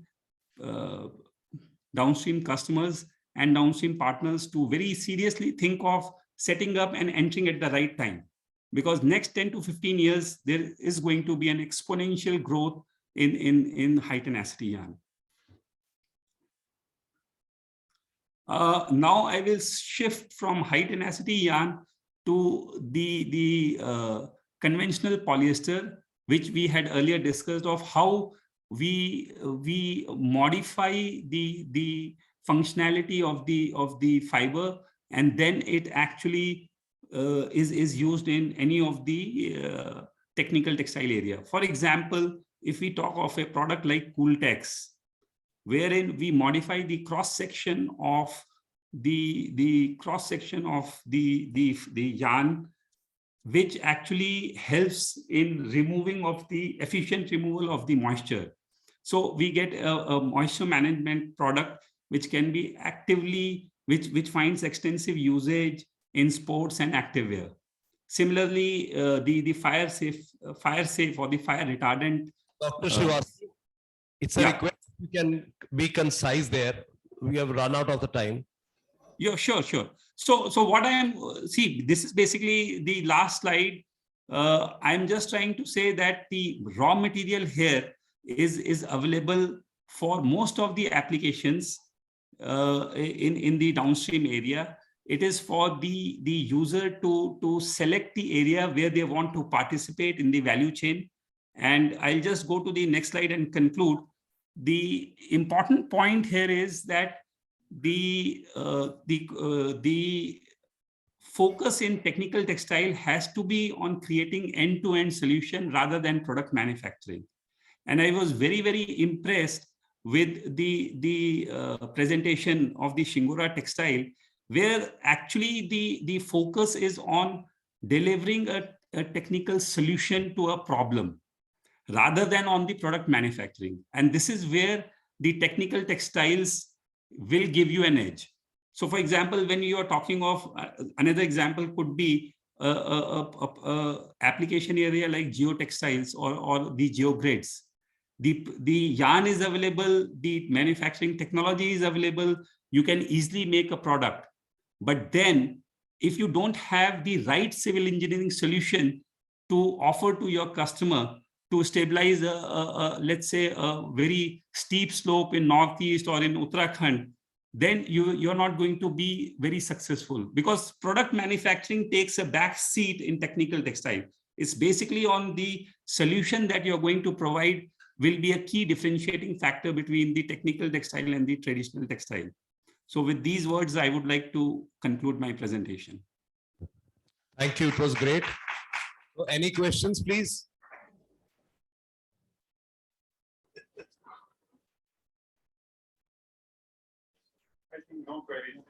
So thank you, Dr. Srivastav. It was great to have you on this speaker forum.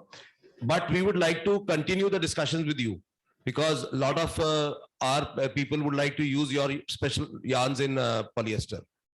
Sure, sir. We will be definitely wanting to work with people who would want to develop these solutions for the technical textiles, because that is the key growth area in for the country and for all of us. Thank you. So we have our next speaker, Shri Mukesh Naik, Assistant Vice President, AYM Syntex Limited. Right. So we can move to now the next speaker, Dr. Mukhopadhyay, Professor, Department of Textile Technology, NIT Jalandhar.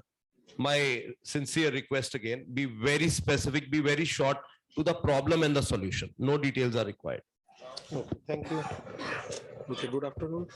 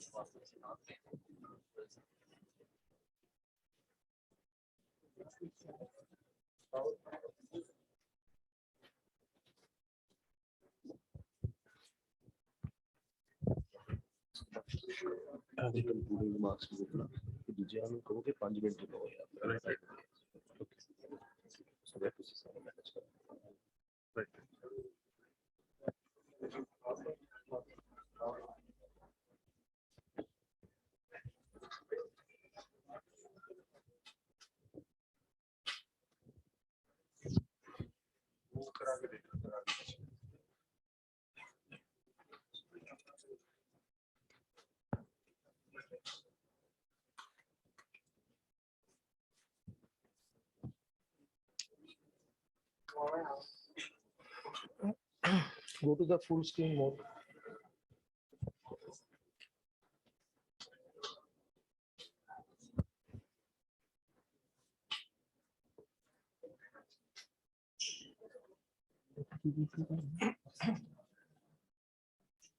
No, it is not coming.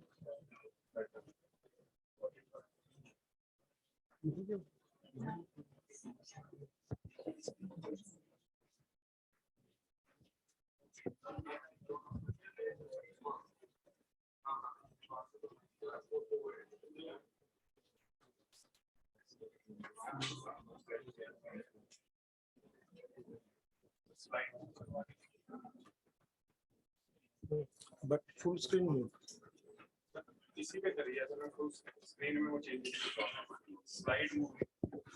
Full screen में नहीं है.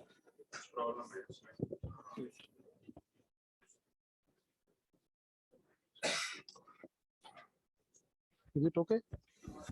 Okay, good afternoon to all of you. So I will give some background before I start saying about the development that we are doing at the institute level. No, it is not moving.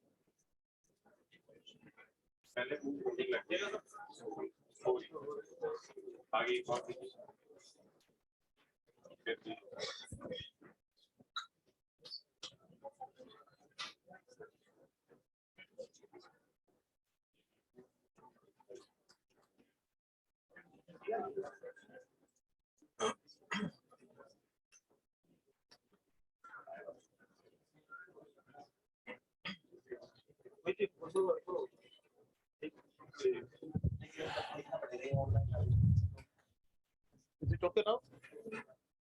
Let me check some once.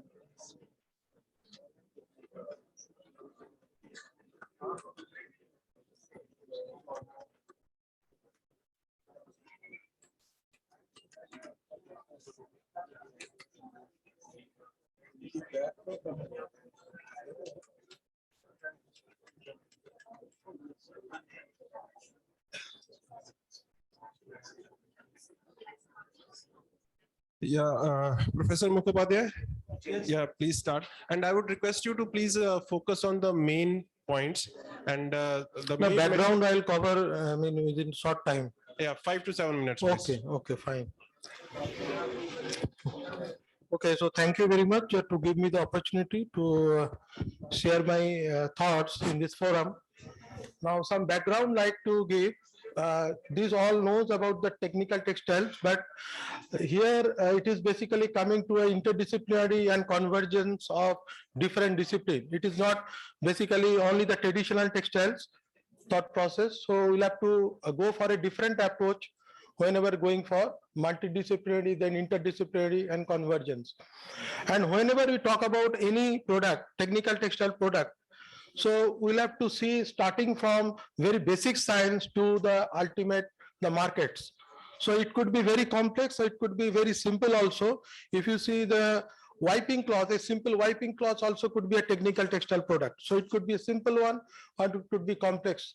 So this is the varied application of technical textiles, and we are having varied requirement for different field of technical textiles. So these are the difference between the technical and traditional textile. We must know that application is quite different. Performance requirement, failure of astronaut suit could be fatal for the space person. So constituent material could be different, or it may not be different. Manufacturing method and equipment, that could be different, and it may not be different depending on the end use. For example, geotextile without stitching also, we can make a very large weight fabrics that can be put on the road. Testing could be very much different from the traditional textile. Life expectancy could be very high. Okay, for example, under the road structure, if you are using the geotextile, the life expectancy could be very high, and then price.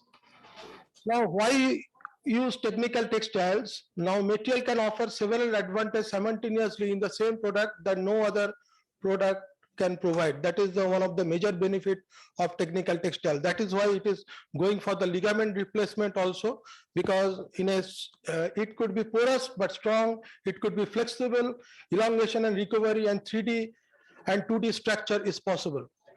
Secondly is that ease of combining with other materials, which is possible for enhancing performance. Because one of the speaker was talking about the smart textile. So in a case of smart textile, in the case of geotextile, we can integrate with the other material. That is another aspect that why we are using the technical textiles. Third aspect is that there are numerous variables at the disposal of designer, which theoretically offer an infinite number of design possibility.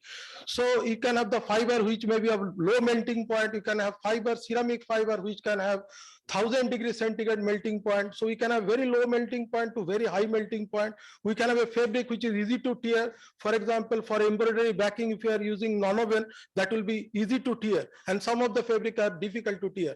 So different varieties of fabric can be made. Fiber can be available in nanoscale to very coarse fiber. So different types of fiber fabrics, that is possible. That is highlighted here, that variable fiber properties are available. Fineness could be different, cross-sectional shape could be different, various structure is possible. Okay, different. Even we can make the 3D structure composite, 3D fabrics for making 3D composites. So varied structure is possible. Fiber could be biodegradable, non-biodegradable. For example, we can have we can have the switches which are biodegradable and non-biodegradable also. Nowadays, the people are also going for biodegradable switches.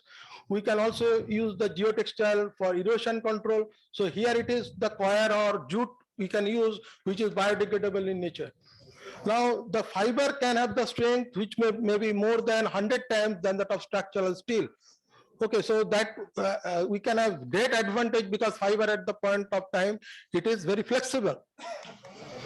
So variable mode of assembling of fiber into fabric manufacturing is also possible, and high performance level, that is also possible. Now, if you talk about the filter fabric, and now number of cases we can see the ESP are using.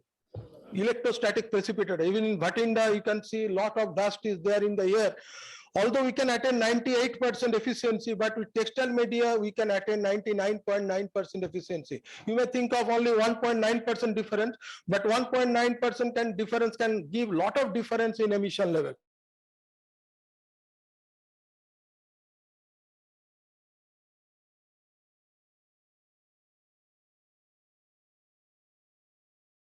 Of country basically moving over to fabric filter because fabric filter can give the best performance. So high level of performance is possible in this kind of situation. Now I am coming to the few research highlights in our department.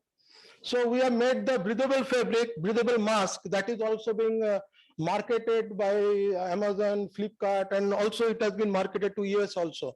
Now the great advantage of that breathable fabric is that efficiency level is 99%.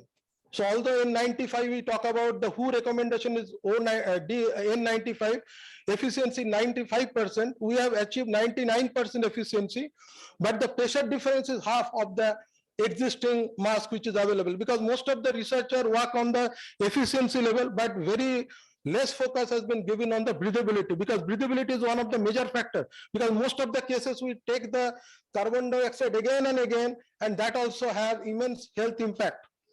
So this is our product that we have made in the department, and the jacket for sports. So here one of the PhD studies have been conducted, like what should be the middle layer. So we have gone for a special fabric which could be the better middle layer as compared to existing fiber fleece which is being used. So recently we have got a fund from Khadi and Village Industries, KVIC, for promoting the Pashmina guard hair. The Pashmina guard hair will be of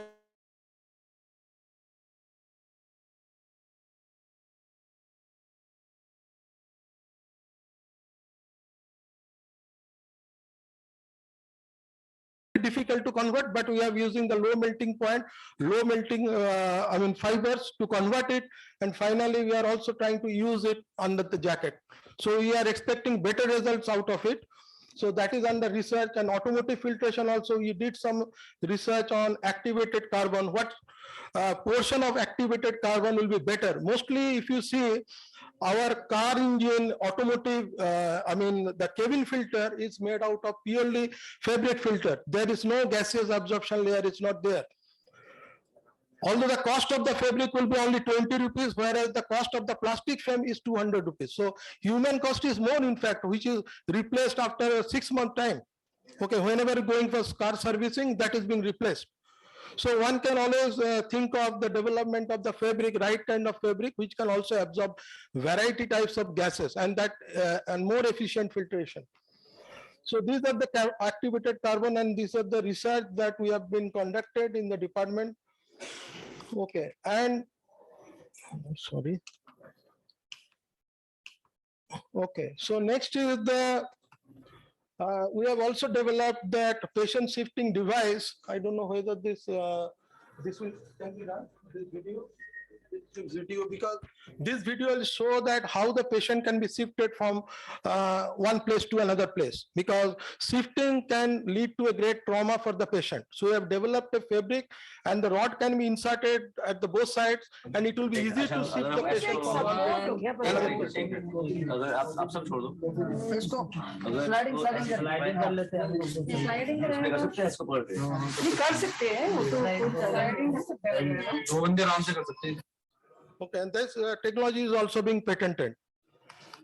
Another is the wet abrasion tester that has been developed, because mostly we go for dry abrasion tester, but wet abrasion tester can give us more realistic results. So that has been also developed by the department, and we also developed the transmissivity tester for geotextiles. And erosion control, this is one of the important aspects for geotechnical engineering. We have also developed the test rig for characterization of erosion behavior of the material. And this is the machine which has been developed in our department, so we can assess the material performance for erosion control.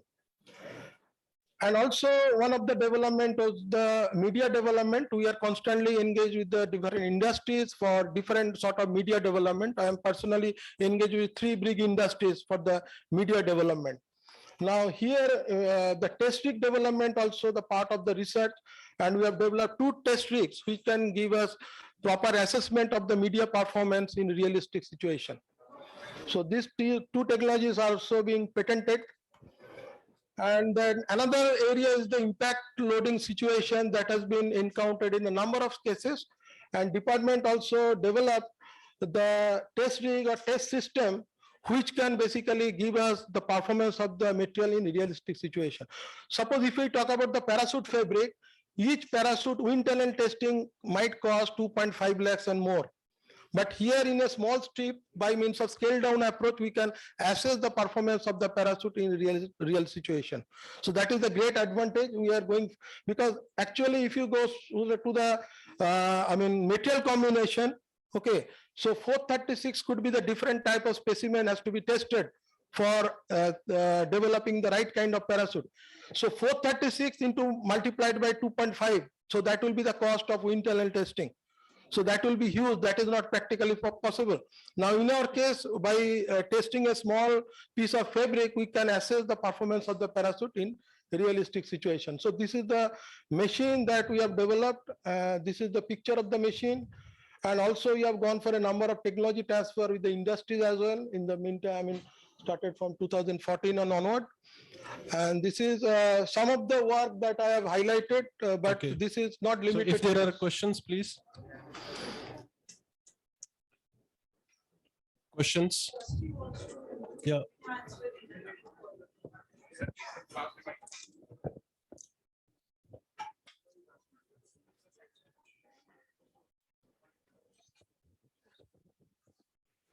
You spoke about Pashmina waste being processed.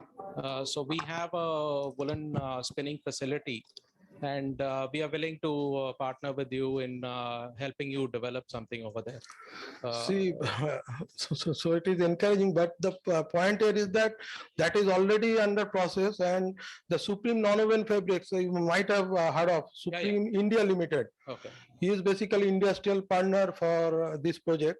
Okay. So already we have developed that, material. So you're basically developing it on non-woven base.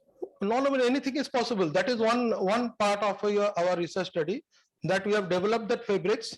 Right. Okay, and that fabric will be also used. See, we can have a great benefit of the cost as well, because that cost may be 60 to 100 rupees if it directly can be taken from the farmer, because in Delhi that is the second person that costing higher, 150 rupees, but if I'm directly collecting from Leh Ladakh region, that will be costing around 60 rupees. So that will be a great benefit for the industry. They are trying to use it for making the inner fleece. Yeah, insulation layer. Okay, and they are blending it with the other fiber, because 100% Pashmina guard hair fiber you cannot run, because it is very coarse fiber and there are a lot of droppings. So they are going for a needle punching technique or thermal bonding technique to make a fibrous fleece, and that is being used as an inner layer. Sir, is that fiber quantities available? Normally, yes, because certain, time it is available, not throughout the season. That is rightly, but around 5 tons is available. Okay. But if the industry joins with us, we can also think of some other products also, because we are trying to explore the use of this, because at the present moment, Pashmina guard hair is used as a carpet, but the manufacturer not getting the value for that. That is the Right. problem. Right. So value addition is required. That particular project is for value addition of the Pashmina guard hair. Correct. Okay. Right. Yes. So you mentioned about the thermo bonding technology. So do you have that technology at your end?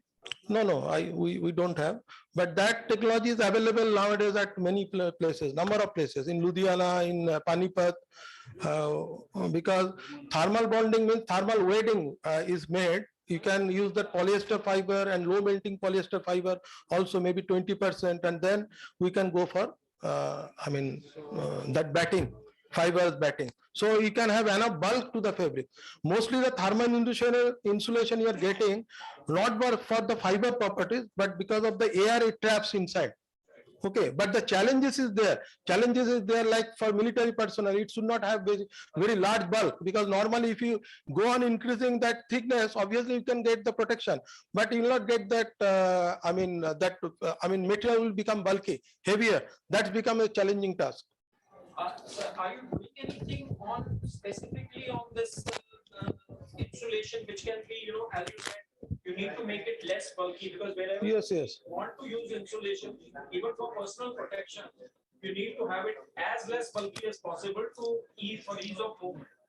But are you working on? No, that can be thought of. See, the point here is the people are going for PTFE membrane. You might have heard of polytetrafluoroethylene membrane or hydrophilic membrane. Okay, to reduce the bulk. Because if you use the membrane, that is a great technology. But India still now it's not making that PTFE. They basically import it from abroad. That is the problem. Okay, but if any manufacturer are interested in PTFE, that will be great contribution to the India, because PTFE demand is also very high, not for only for the jacket, also for the filtration purpose. I am talking about the filtration. For filtration purpose also it can give lot of benefit for PTFE materials. Like NTTM projects are there. If someone is interested, one can go into the PTFE membrane production. So you also mentioned that you were doing wet abrasion testing. Yes.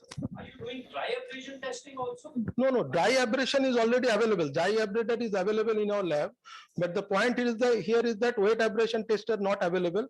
But whenever I have started project, that point of time it was not available. But now Martindale also have that their own product, wet abrasion. But wet abrasion will be more realistic than the dry abrasion, because in number of cases the fabric, technical textile all undergoes the wet abrasion. Okay, thank you. So may I now request Dr. Bharat Bajaj from Punjab University, Chandigarh to give his presentation. Dr. Bharat. Thank you very much. Dr. Bharat, I would request you to be very precise, and if you can please complete in 5 minutes, 5 to 7 minutes.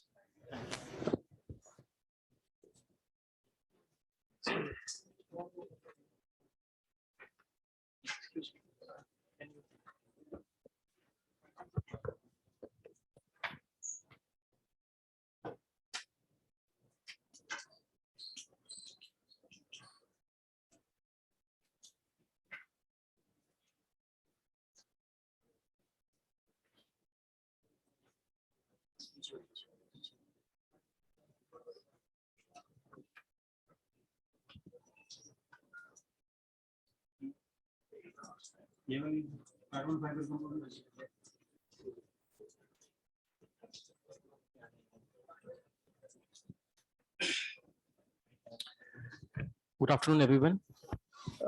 First of all, I would like to thank organizers for giving me this opportunity.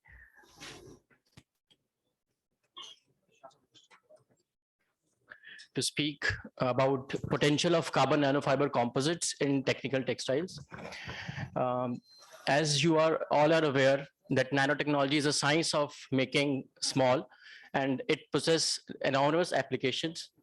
And we in Punjab University are fabricating carbon nanofiber composites for technical textiles. Carbon is the important element from ancient time.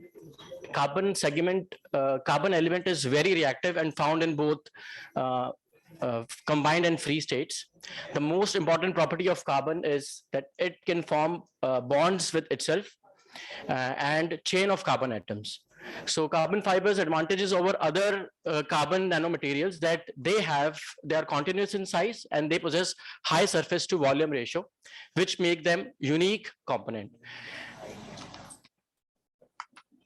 So when you classify carbon fibers, when you talk about normal fibers, medical nylon PET, industrial PET, they can withstand up to 150 kg.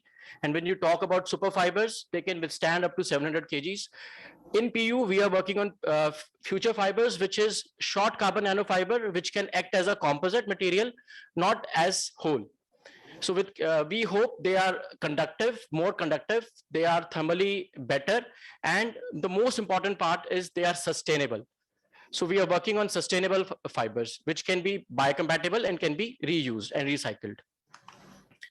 So in Center for Nanoscience, we are making on two types of fibers, carbon fiber composites and carbon nanofiber based composites. When we talk about carbon fiber composites, we are using pan and pitch based carbon fiber technology. We are also developing nanoparticle, which use as a reinforced carbon fibers, which give them functionality. And we are also doing stabilization process using plasma system. When we talk about carbon nanofiber composite, this is our specialty. We are making pan-based carbon nanofibers via solvent spinning. We are also making biomaterial-based carbon nanofibers via melt spinning. And these nanofibers which we are making has high surface area for energy applications. And when we talk about technical textiles, our focus is on environment protection, Meditech and Clotech. These are some of the applications which we have submitted patents and publications, especially in energy devices, sensors, tissue regeneration, drug delivery, and the most promising area which we are working right now is application of carbon nanofiber for air filtration devices. So there are three methods of spinning. Industry is already aware that wet spinning is based on precipitation, where polymer is drawn through a spinnet into a solution. The prepared spinning dope is extruded into the solution and precipitation or coagulation occurs. When we talk about melt spinning, is a technique used for rapid cooling of liquid, and a wheel is cooled internally, usually by water, liquid nitrogen, and we got the fibers drawn. But our focus is to make fibers from electrospinning. It's a technique of producing fibers using electrical force to draw charge threads, and electric voltage is around 100 kVA. And we got fibers of diameters in order of several hundred nanometers. So electrospinning shares characteristic of both electrospraying and conventional solution drying spinning of fibers. Electrospun nanofibers prospects and market opportunity. US nanofiber market size by 2014 to 24 is around $477 million and is expected to register a CAGR of 25.2% over the forecast period, out of which mechanical, chemical, and environmental application segment contributes 38% of overall market share. And if you talk about what type of fibers contribute more, then polymeric nanofiber, second with carbon fiber, ceramic fiber, and glass fibers, they contribute more when we talk about application and global prospects. So what is the challenge of making electrospun nanofiber? The major challenge is scale up. We made technology in lab, but we cannot scale up. That was the biggest problem. So to solve that problem, we, in association with one industry in Faridabad and one industry for South, we develop a technology which is called roll-to-roll spinning. In this spinning system, because we are using very high voltage, we managed to roll a fiber sheet of 10 kilometers in one go. So that was our achievement, and we already submitted a patent to it. And this is the design of the patent machine. So these are some of the research projects which we are working on. We are working on flexible sensors, which can be incorporated as a band, and you can use it for sensing applications. We also develop nanomaterial-based energy harvesting devices, which can be used to harvest energy, store energy, and also for the sensing application. This is purely for technical textiles, fabrics, wearable electronics, and wearable fabrics. We're currently working on gas absorption, effective gas absorption of NOx and SOx gases. We have developed a membrane for that purpose. And for transistor display purposes, we have made aligned and coiled fibers. These fibers are of nano size. If you see the coiling and highly aligned fibers, this is quite unique when you do at nanoscale. So we got one project from DST Chandigarh, in which we are making a smart air purifier filtration membrane. Why we call it smart? Because the salient feature is this air purification device is self-powered. It is self-cleaning membrane, and it is reusable and made from agriculture waste. Agriculture waste is the biggest problem. We make this fiber out of parali, and we are successfully trying the experiments on this one. Design is patent. We have already compared these air purifier status with national and international status, and we found in Chandigarh we have one smoke tower, but the problem with that tower is that it can only remove PM 2.5 to PM 10. They are not removing NOx and SOx gases, and our purifier which we made with the membrane is only 5 feet tall and do the same function, and it costs only 1 lakh rupees. And the smoke tower we have in Chandigarh is around 1.5 crores. So the advantage of the final is like after we remove the Dr. Bharat, please be little quick. Okay. The other advantage of the membrane we made for air purifier is we can we don't have to discard it. We can use it for water cleaning. Like that membrane is multi-purpose air purification, and it will do the dye absorption also. And we are also making nanofibers from rice straw. These are the basically we are focusing on selective removal of anionic dyes using the same membrane. We got it published, and we are also working on biodiesel production.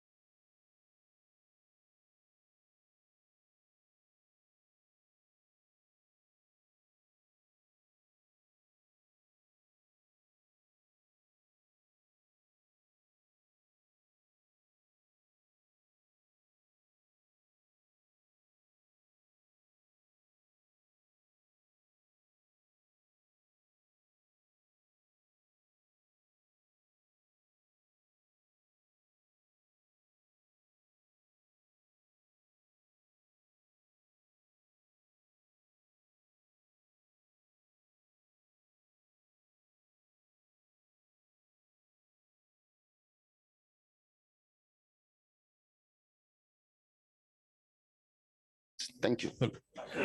Okay.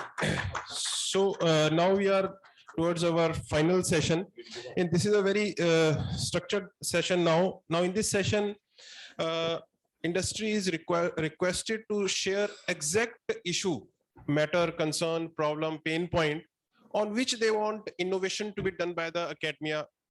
That very exact thing they have to tell, and they have to articulate in just a couple of minutes. And as earlier Dr. Dapinder shared, there is an opportunity that State Council and CII can jointly fund that also. So one problem statement by the industry, if you can speak it out in 1 minute, which you want that academia should solve for you. As their statements are totally funded by the Department of Science and Technology. Yes, any problem that you want to talk of? None. So industry has no problems. Yes, please. Yes, please.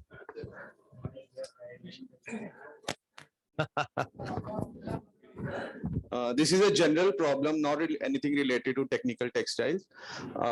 There are some of the machines I am particularly working in yarn dyeing sections.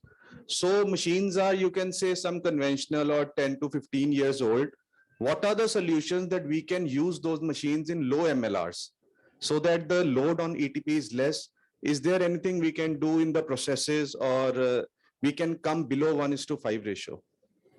Anybody from academia who wants to help this industry?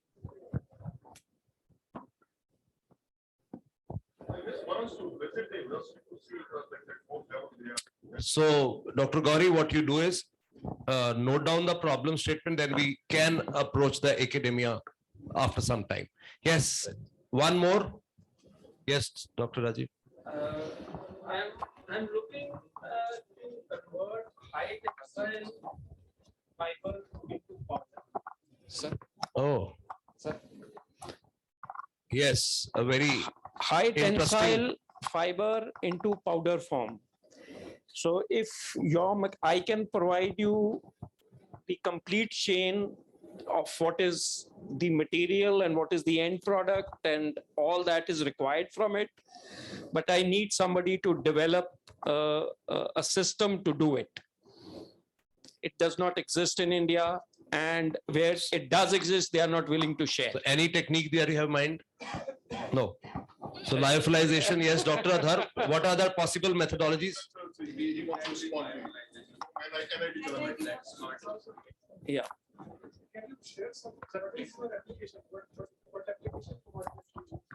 This will go into mixing for high strength materials, but it has to be made into a powder form before it can be done.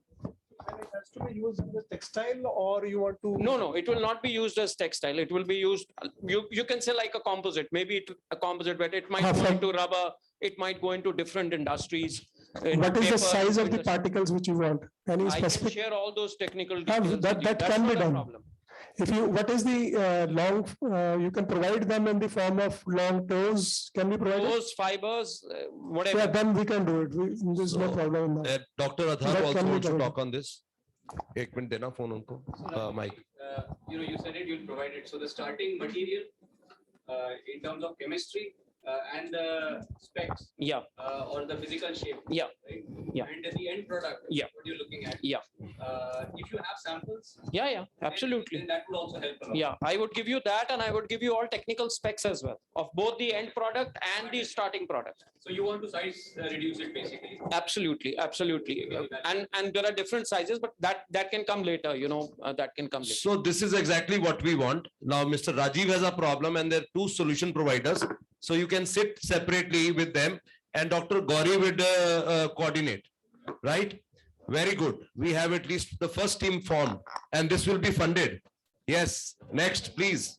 Hello, sir. Basically, I'm a shawl manufacturer in Amritsar. I have shutterless rapier looms. I just wanted to know what kind of products I can make that I can enter into this technical textiles conclave. What So we products have I can make? already asked Dr. Vrinder to make a library of various fabrics that can be made from different machines. Okay. The kind of knits, the kind of materials and specs we have for them. I think that will help, right? To understand the knits and the fabric that can be. Yes, of course. Just them what kind of products they can make. So I think you can form a team. You can invite them, NIT Jalandhar to We can have a your. visit. We can have a visit Sure, with sure, your sure. facilities, Yes, and then sure, we can why- suggest what kind of products are possible. आप अपना नाम बता दीजिए please. Rachit Seth. And Dr. Gauri note कर लो. Rachit Seth. आप इनका telephone number सबको ले लो, अपने पास ले लो. Yes. Good. We have another problem and another solution provider. हाँ जी.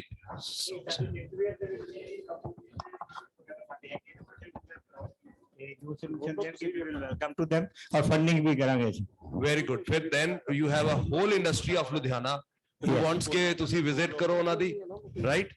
ਔਰ ਉਹਨਾਂ ਦੀ machines ਦੇਖੋ ਤੇ ਕਿਹੜੀਆਂ technical textile ਤੋਂ ਜੋ ਬਣ ਸਕਦੀਆਂ ਨੇ. Right? Thank you. So I think that's a great thing to be done. And Thank Dr. you. Varinder, yes. I am having a one concept note. We are working on to the natural bamboo fibers. It's extraction. We are extracting we are carrying the extraction from the raw bamboo, and we want to convert into the non-woven sheet. So if some industry is having that kind of the setup, so I can ready to. So any industry with a non-woven machine, making machine, yes? Web sheet. I want to create the web sheet by using these fibers. That's okay. Okay, sir. Right, sir. So, hello everyone. I'm a GNDU student. I'm in third year right now, and actually I'm building a B2B marketplace. एक minute ये पहली problem का solution मिल जाए पहले. ये doctor Varinder का और इनका आप वो पानीपत में है नवीनो fabrics. I can get you the address, everything, and get you in touch with the gentleman. They are having a non-woven fabric machines. They are manufacturing blankets. I have one thing to know. As Mr. Rajiv said, we have a fireproof coating which washes away by 15 or 20 washing, which is now very predominant, being used in aircrafts and in ships and other places. There is any solution to in a wool, if we want to do some coating in a fiber or in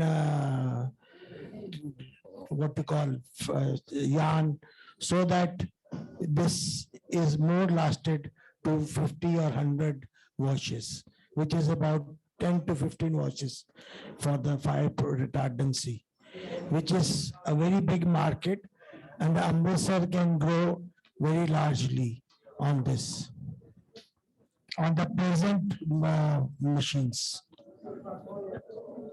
Great. So Dr. Gauri's, yes, तुसी मिलके telephone number. Yes, we have one student at the back.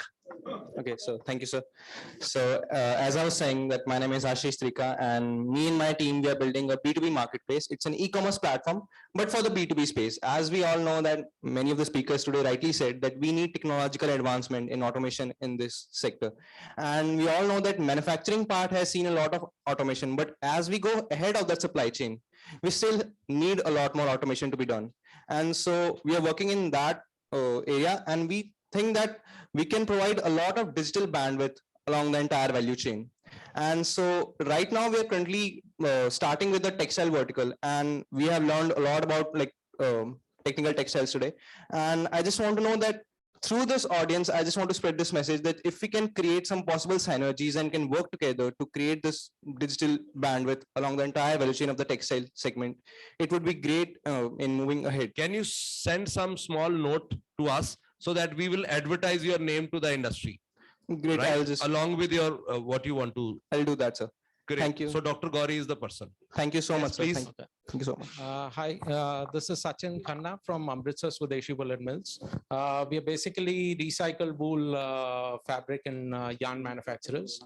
We are looking at how we can use recycled wool for geotextiles, if there's any kind of solution for that, because recycled wool used to be used in blankets, and there was a big demand, but Now that market has completely gone down, and we're looking at how we can use our machinery for technical textile purpose. So geotextile is one place. The other thing that comes to my mind is how we can use these machines for filtration cloth and yarn purpose. We have we have roller what do you say woolen carding system, roller stripper carding system, and we have weaving and finishing in house. Okay. Yeah. So you want to use these recycled wool yarns into or fibers into for geotextiles, you know, Geo- blending with the other fibers to make yarn for that. Yeah, that is possible. We can So if there discuss. is any sort of a solution that you can come, we can make the product, we Oh, can, we can discuss. you know, go ahead, try and market it. That is what We can want tell to you do. what kind of products can be made by this. That is possible. All right, thank you. Great, Dr. Gauri, you have noted it. Very right. Yes. So, anybody? Yes, Dr. Dev.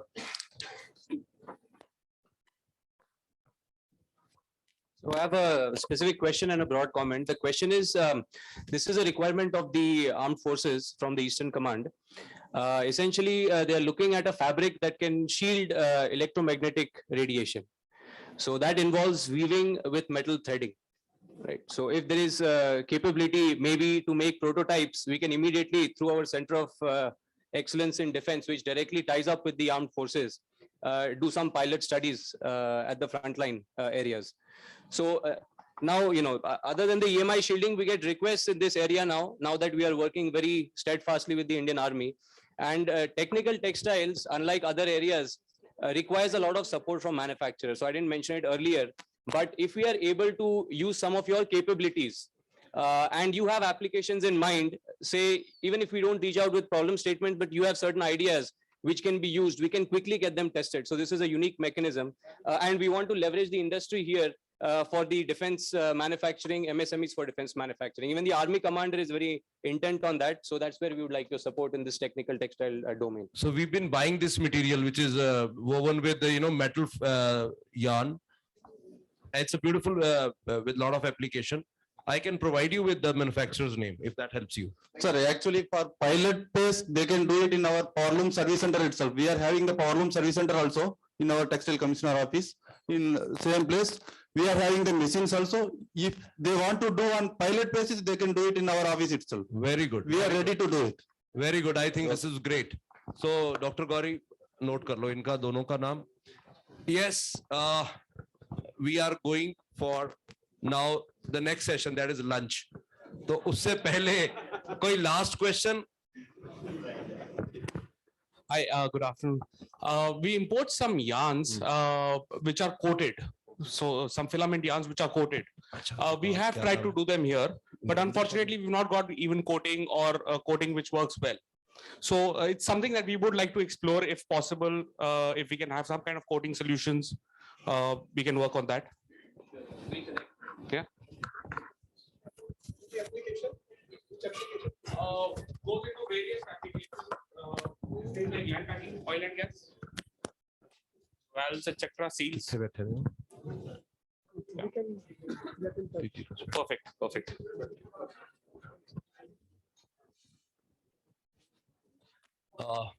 So we have Dr. Varinder Sharma with us, Director MSME. Will you like to add something to what we have done here? Thank you very much for giving me the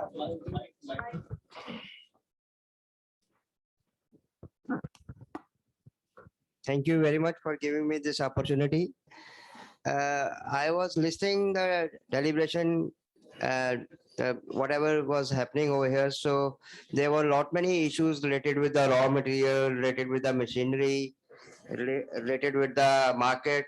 So I was thinking, why can we organize some exhibition kind of thing, and we can support you in organizing that exhibition wherein we get the manufacturers of the raw material and the machinery manufacturer, and then we can have the library kind of thing also, as you suggested, that can be shown to the general public, because till the time Mr. Mani Sharma sent me the message, I was not aware what is technical textile.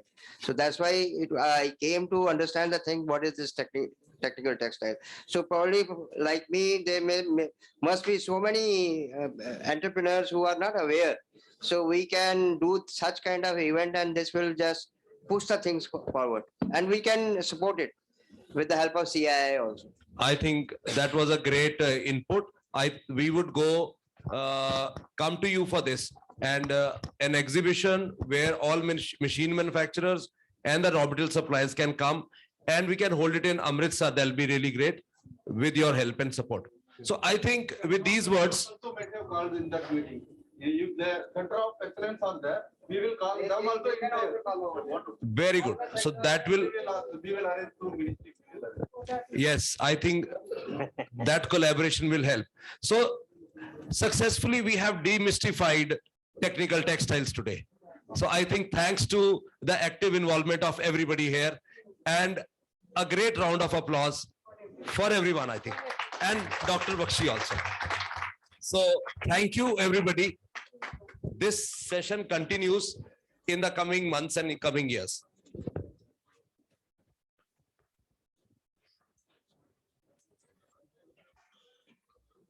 So right now it is time to facilitate the speaker of this session. So please, Madam Dipinderji, please come on the stage. Dr. Varinder.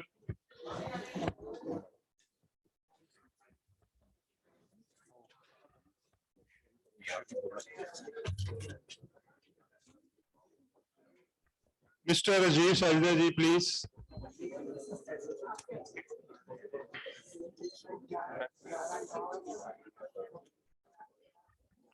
Next is Shri Rajesh Kumar, Assistant Director, Office of Textile Commissioner. Next, Dr. Sarang from IIT Ropar.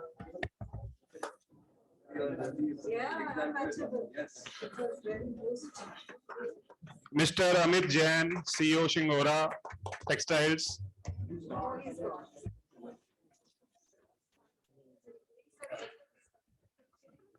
Dr. Mukhopadhyay, NIT Jalandhar.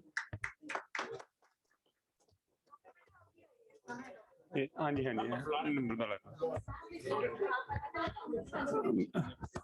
Professor Midda ji, please. Midda sir. Dr. Bharat Bajaj. Dr. Bharat Bajaj ji. Shri Rajesh Maheshwari ji.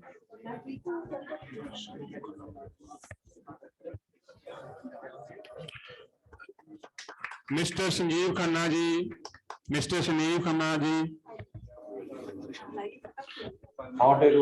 Vrinder Sharma ji,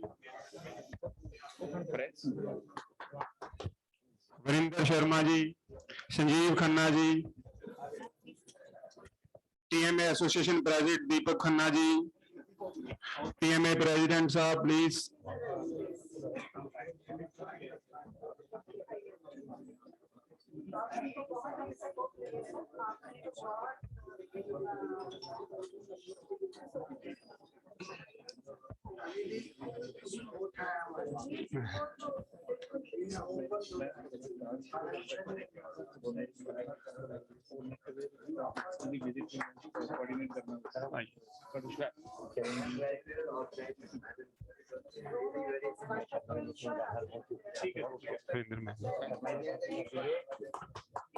Dr. Manu Sharma ji.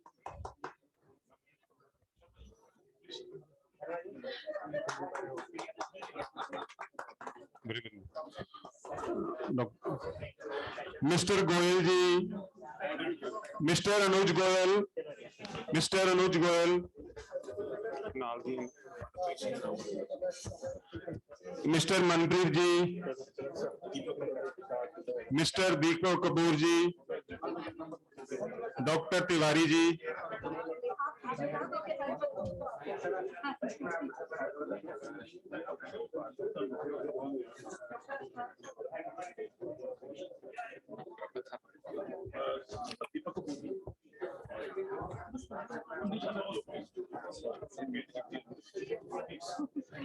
Dr. Adharv ji, Dr. Adharv ji, Dr. Tiwari ji, Professor Tiwari from Punjab University, Professor Tiwari ji, Punjab University, Chandigarh.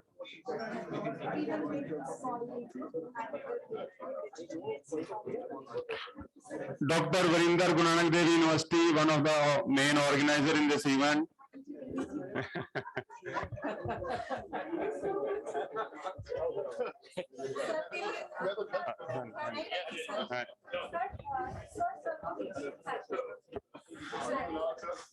Tiwari ji. Anybody else? Manpreet ji.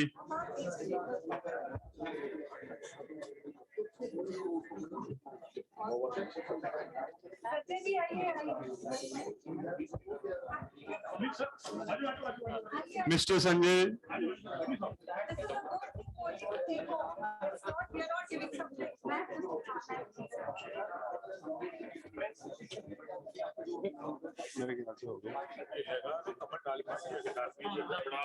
Mr. Kamal Dalmia ji, Mr. Kamal Dalmia ji, please.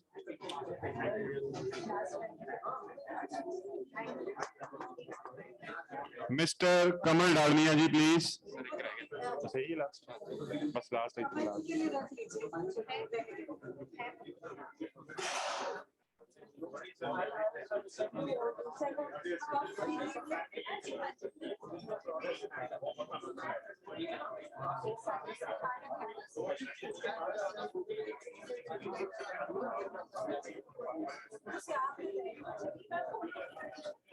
Hello. Sachin ji, please. Dr. Sachin, please.